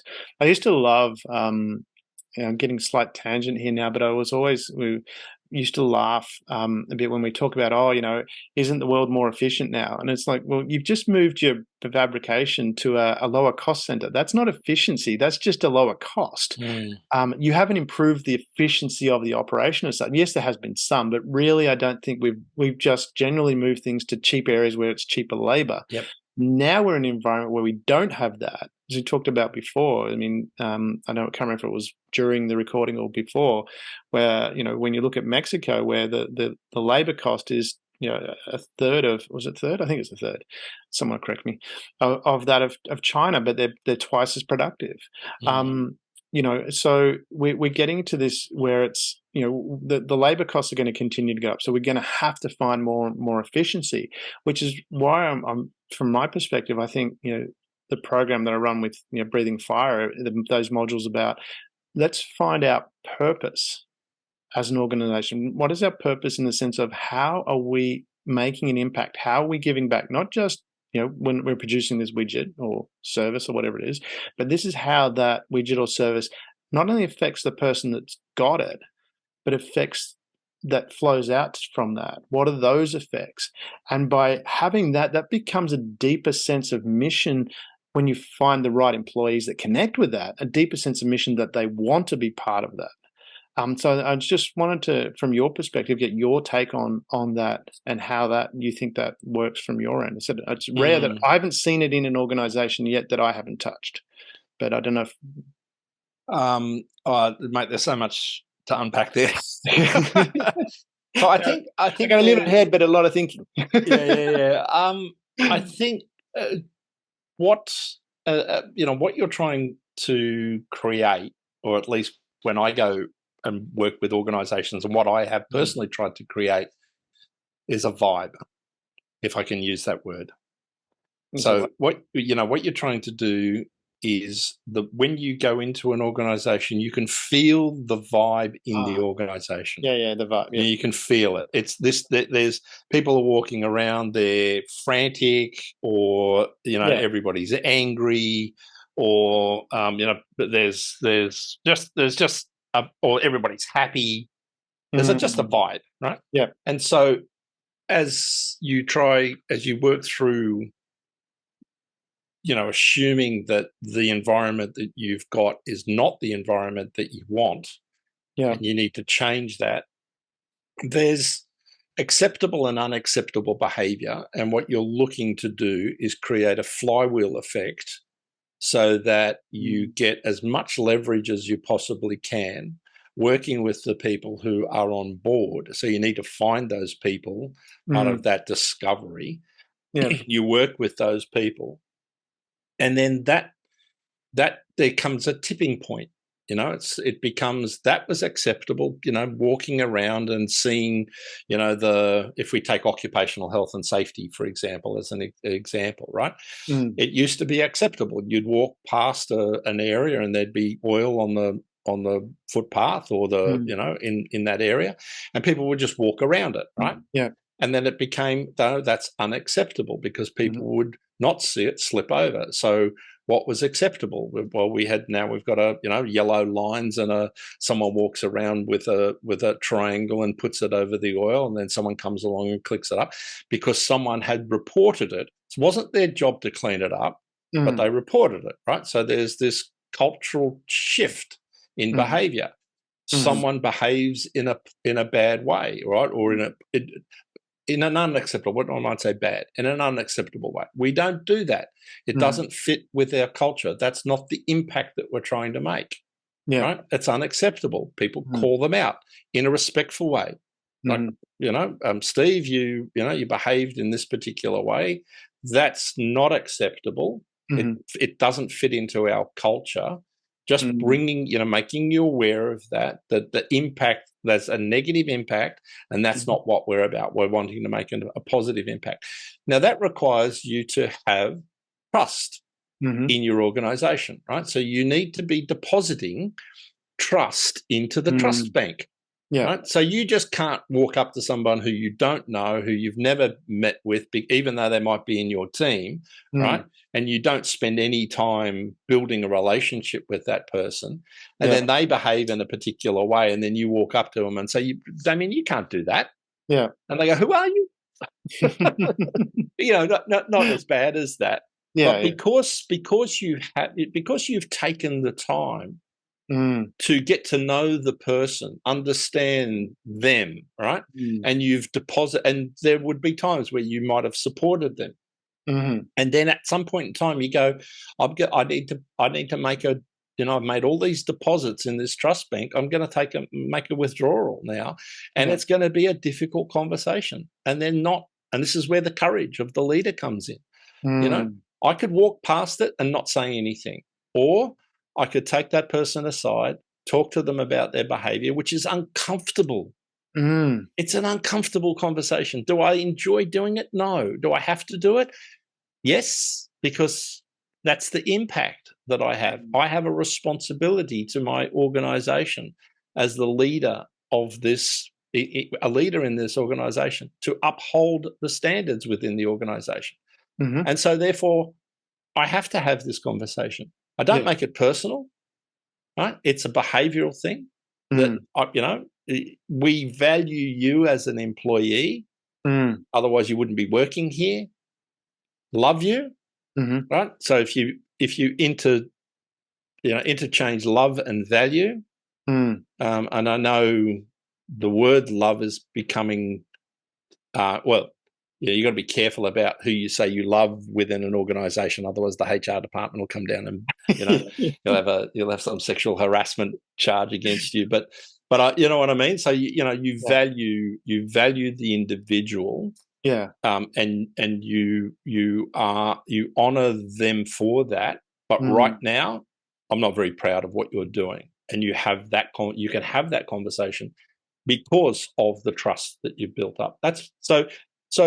When you first start out on this journey, that's almost impossible to have, right? So you have to do a lot of work in that space, which takes intention. That's what I said before. It takes intention to you get to a point where there's that tipping point where all of a sudden that behavior, you don't actually have to do anything anymore because everybody's calling that one person out who's being a dickhead and go, hey, listen, Steve, you're being a dick. Oh yeah, I know. I'll pull my head in, right? I'll conform with what we're doing, not in a conforming as in I'm not doing something that I shouldn't be doing, or I'm conforming because this is the right thing to do. So yeah, I think it's in that. You talked about the recruiting process, and it's much. I always encourage organisations, particularly when I was working with corporates, I always spoke to them about employee at the junior level where they don't know anything. Right? I did a job in PNG for the tax office up there. We hired 50 graduates, right, who we put into their data centre. So these were all university or diploma degreed in finance, commerce, or accounting. Some of them came from law. Some of them came bachelor of business. We hired 50 of them. Right now, the hiring process was that we were looking for a particular type of behaviour. It wasn't the competencies that we were looking for. We were looking for behaviour, and we hired those people. They spent the first 18 months, 2 years doing data entry, right? And then what happened was that they then got to know the system, and then they all started to get promoted. Not all of them, obviously, some of them left, but they started to get promoted up to a supervisor, a team leader, supervisor, manager, going up and it was so that was in 2016, 2017. And, in my last trip back there, I met half a dozen of them, and they're all in the tax office, and they're all at reasonably senior positions, right? And so you build from within, and you try and there's a thing called behavioural-based interviewing, which not just looks. So behavioural-based interviewing isn't looking at attitude, although it can. It's looking at making sure that you hire the right person for the right position based on their behaviours. So if you're looking for a management accountant versus a financial accountant, a management accountant, you want to have a creative, a mind that is free thinking. And a financial accountant, you want someone who is very logical and sequential, because that's the difference between the two. One is very creative, one is very, methodical. What you don't want is a creative accountant, right? Because doing the financial accounting stuff, because then that they just they do stuff that they shouldn't be doing. So there's all of these little. It's not just one thing that you do as you build this out. It's a whole bunch of, there's levers that you're pulling. Depending on where you're at, maybe you do need to spend some time on your remuneration strategy. And a lot of small businesses don't have a remuneration strategy. They just employ people and they just pay them what they can, right? Well, maybe what you need to do is take a leaf out of the corporate book and come up with at least a framework that you can put in place, right? Then that takes. That puts money on the table, but it also takes it off. What's your recruitment policy like? What's your learning and development like? What's your leadership strategy like? What do you have a mentoring program? All of these things, come a part of the equation, and you, over a period of time, you build a vibe, right? And the vibe is, I want to come to work. It's fun. I enjoy it. Yes, I get I was the hardest boss you could ever have. Really, I really rode my people in a good way. and they loved it. People, yeah, right? They loved that's it. why I was coming back to the whole beanbag thing, because I think the opposite is true.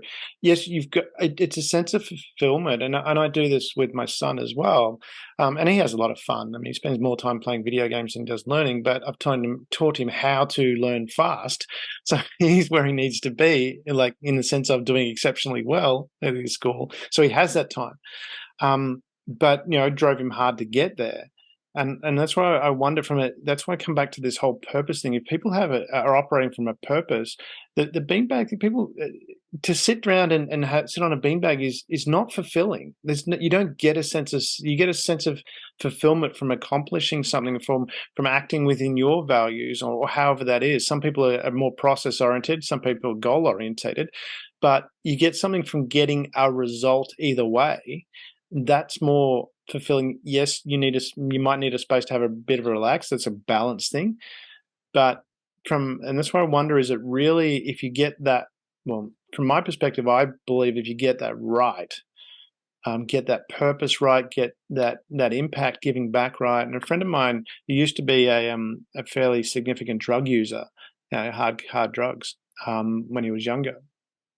As he says now, he says there's no comparison. He says, what I get now from giving and helping others is so much better. It's such a bigger high than I ever got taking drugs. Yep. And that's where I'm just like, from my perspective, I've found that tapping into that, giving people that purpose of how are they giving back, how they're helping, connecting with that mission, makes far more of a difference than putting some beanbags out. I want to take the beanbag off the table, right? I think it's an analogy. Yeah, I know. If I don't, I mentioned that I'm probably one of the harder managers to work for, right? Because my approach was always, I'm going to make sure that you understand that your job is to do your job within a framework, right? And we will work together to make sure that framework works for you, however that is. Now, if your framework, because you're working in a creative environment, if you need a beanbag to sit there and navel gaze for 3 hours, and at the end of that 3 hours, semantics. Yeah. So if it's a creative environment, yes, you need a space and workspace to work for that. What I'm talking about is a global solution going, let's just let everyone relax and chill out, because I don't think that philosophy. But I think you're right. People don't naturally, unless they're lazy. Right, lazy in the context that not a sense of fulfillment there either. So and there are people like that. That's fair enough. Yeah. And those, because refer them to their competition. or competition you don't like, or find out. I don't think there's everyone's good competition. I think there are some good ones. Or find out why they're lazy. So walk in their shoes. Why is it that they are the way that they are? They actually might be a really good person, but just had a shitty life. Yeah, and there is that component too of understanding that. And so my context is, Damien, care, right? Yeah. If you want to create a culture of where you're the employer of choice, it's really, really simple. You don't need to complicate this thing. Just frigging care about the people who you work with. Yeah. Right. No, and I wanted to also bring up the point about, it's always thrown on the employer. This is the employer of choice. But I've coined a term, it's called collective accountability. Yeah. If you want to work in a place that you want to enjoy working in, you need to do something about it too, right? You can't just sit there and go, this is, I demand, right, to be here, right? It's my right to be here. No, it's a friggin' privilege. It's a privilege to have a job, to work for to go to work and do that, and it's a privilege to receive money for the work that you do. Right? So I think one of the things that this generation is going to struggle with when is that whole the entitlement, right? Of it, I need, you need to give this to me. No, we don't.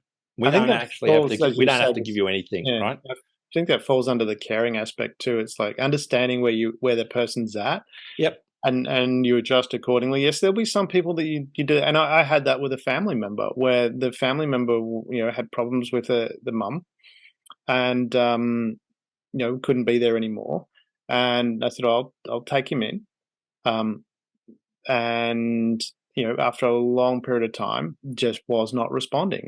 Care understood, and finally I went, okay, this is what you need to do. This is the tough love. I mean, you've had a Yep. fair bit of tough Yep. love, but you're getting really tough love now. You can't go back to your mum, and you can't stay here. You Yep. need to go out, and that was a trigger. Finally worked out. Had to organize with friends. Moved in, sorted stuff out. And did that, and needed that. So sometimes that Yep. caring also needs to be. You got to learn to fly now. Mother bird, kick out the nest. You fly, or you can't be there babying someone all the time. Yep. Yep. And I think I might have mentioned this once before. I was in a meeting with when I was a sales director for a security company, and I'd been there about 6 months, and had this very, very knowledgeable technician, and everybody said, he's the only guy that knows all about our access control, database, all of this sort of stuff. And I go, all right, okay, right. And I'm an electrician, right? So for years back, so I know, yeah, okay, it's not that, you don't need to be that clever to run these things. But anyway, okay, that's what you think. And we had a client, and we were trying to change the culture of the organization, because this particular division, we were the first ones to go, and we could, by doing a $5,000 job, we could actually generate the opportunity to create $100,000 gig for the business, right? So we were if we did a really good job, then usually what happens, we were the lead magnet, if you like. Yeah. And so typical tradespeople don't turn up on time, don't do a shitty job, all the rest of it. Yeah. And so I said, look, to be exceptional in this area, we don't need to do anything other than turn up on time when we said we're going to do it, right? Yeah. Don't need to do it. We don't need to be any special. Yeah. And there was a little bit of resistance, but a lot of resistance from this one guy. And he just said, I'll do whatever I want when I want to, right? Oh, okay, all right. Well, we had this conversation. We always had a toolbox meeting, and we would, the toolbox meeting would be, okay, what have you done? We've got this client. You need to go and see that client today. You're going to do that? Yes, I'm going to do it. Right. Next in the afternoon, I get a phone call from the client. Where's the guy? Don't know. Get on the radio. Oh, he's off somewhere else. Next morning, had the conversation. Where were you? I decided to go and do that. I told you that we needed to do that job, right? You will do that job today, right? That's not a request. That's a demand. That's a command. You will do. That's an order, right? Yeah. Right. Okay. Are you okay with that? Yes, I am. Right. Okay. The next day he didn't go. He went and did something else, and we're sitting down. And I said, I told you to go to that. Yeah. And you didn't. He goes, no, I didn't. He said, well, if you don't, and this is his comment to me, and we've got, there's half a dozen people in a room.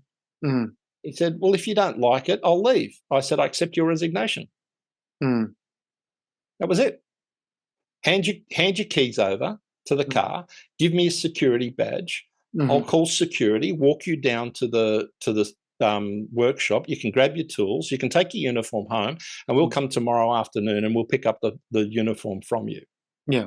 And everybody went, what? So I'm not putting up with that behavior. Yeah. That's just insubordination, and you're just being rude.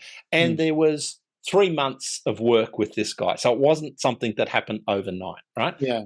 I'd been very patient, been very, okay, trying to help and all that sort of stuff.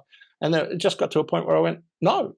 Now, the interesting thing is that everybody in that toolbox meeting the next day said, I'm so glad you did that.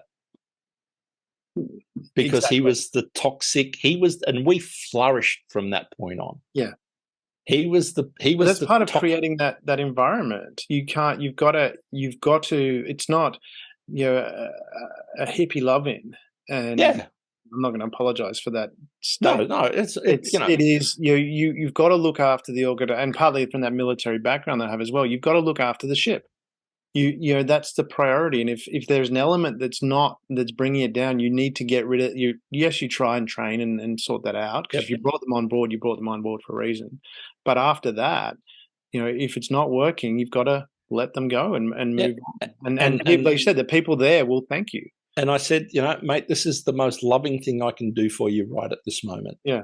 Right. Because you're not enjoying working here. We're not having you enjoying here.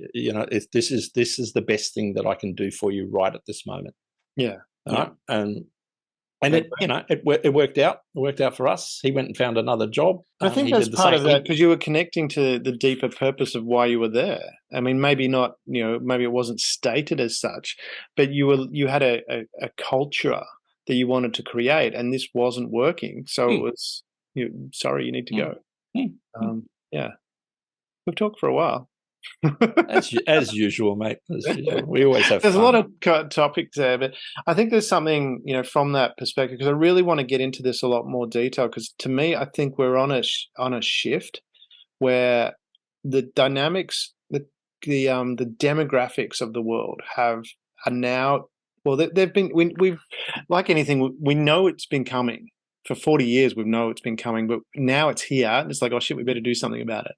And that's where I think this is really important for a lot of organizations out there, that we need to be sharing that this employer of choice, if you want to perform, it's not only good for you and certainly good for your profits, but it's good for everybody, the employees and their broader family as well. It's my belief. And the thing, particularly with smaller businesses, is that they're agile.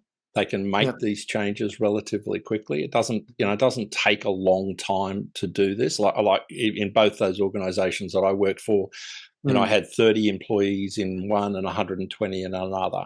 And the 30 employees one, that was about 6 months that we turned it, we turned it around, and the 120 employee was about 10 months. Right.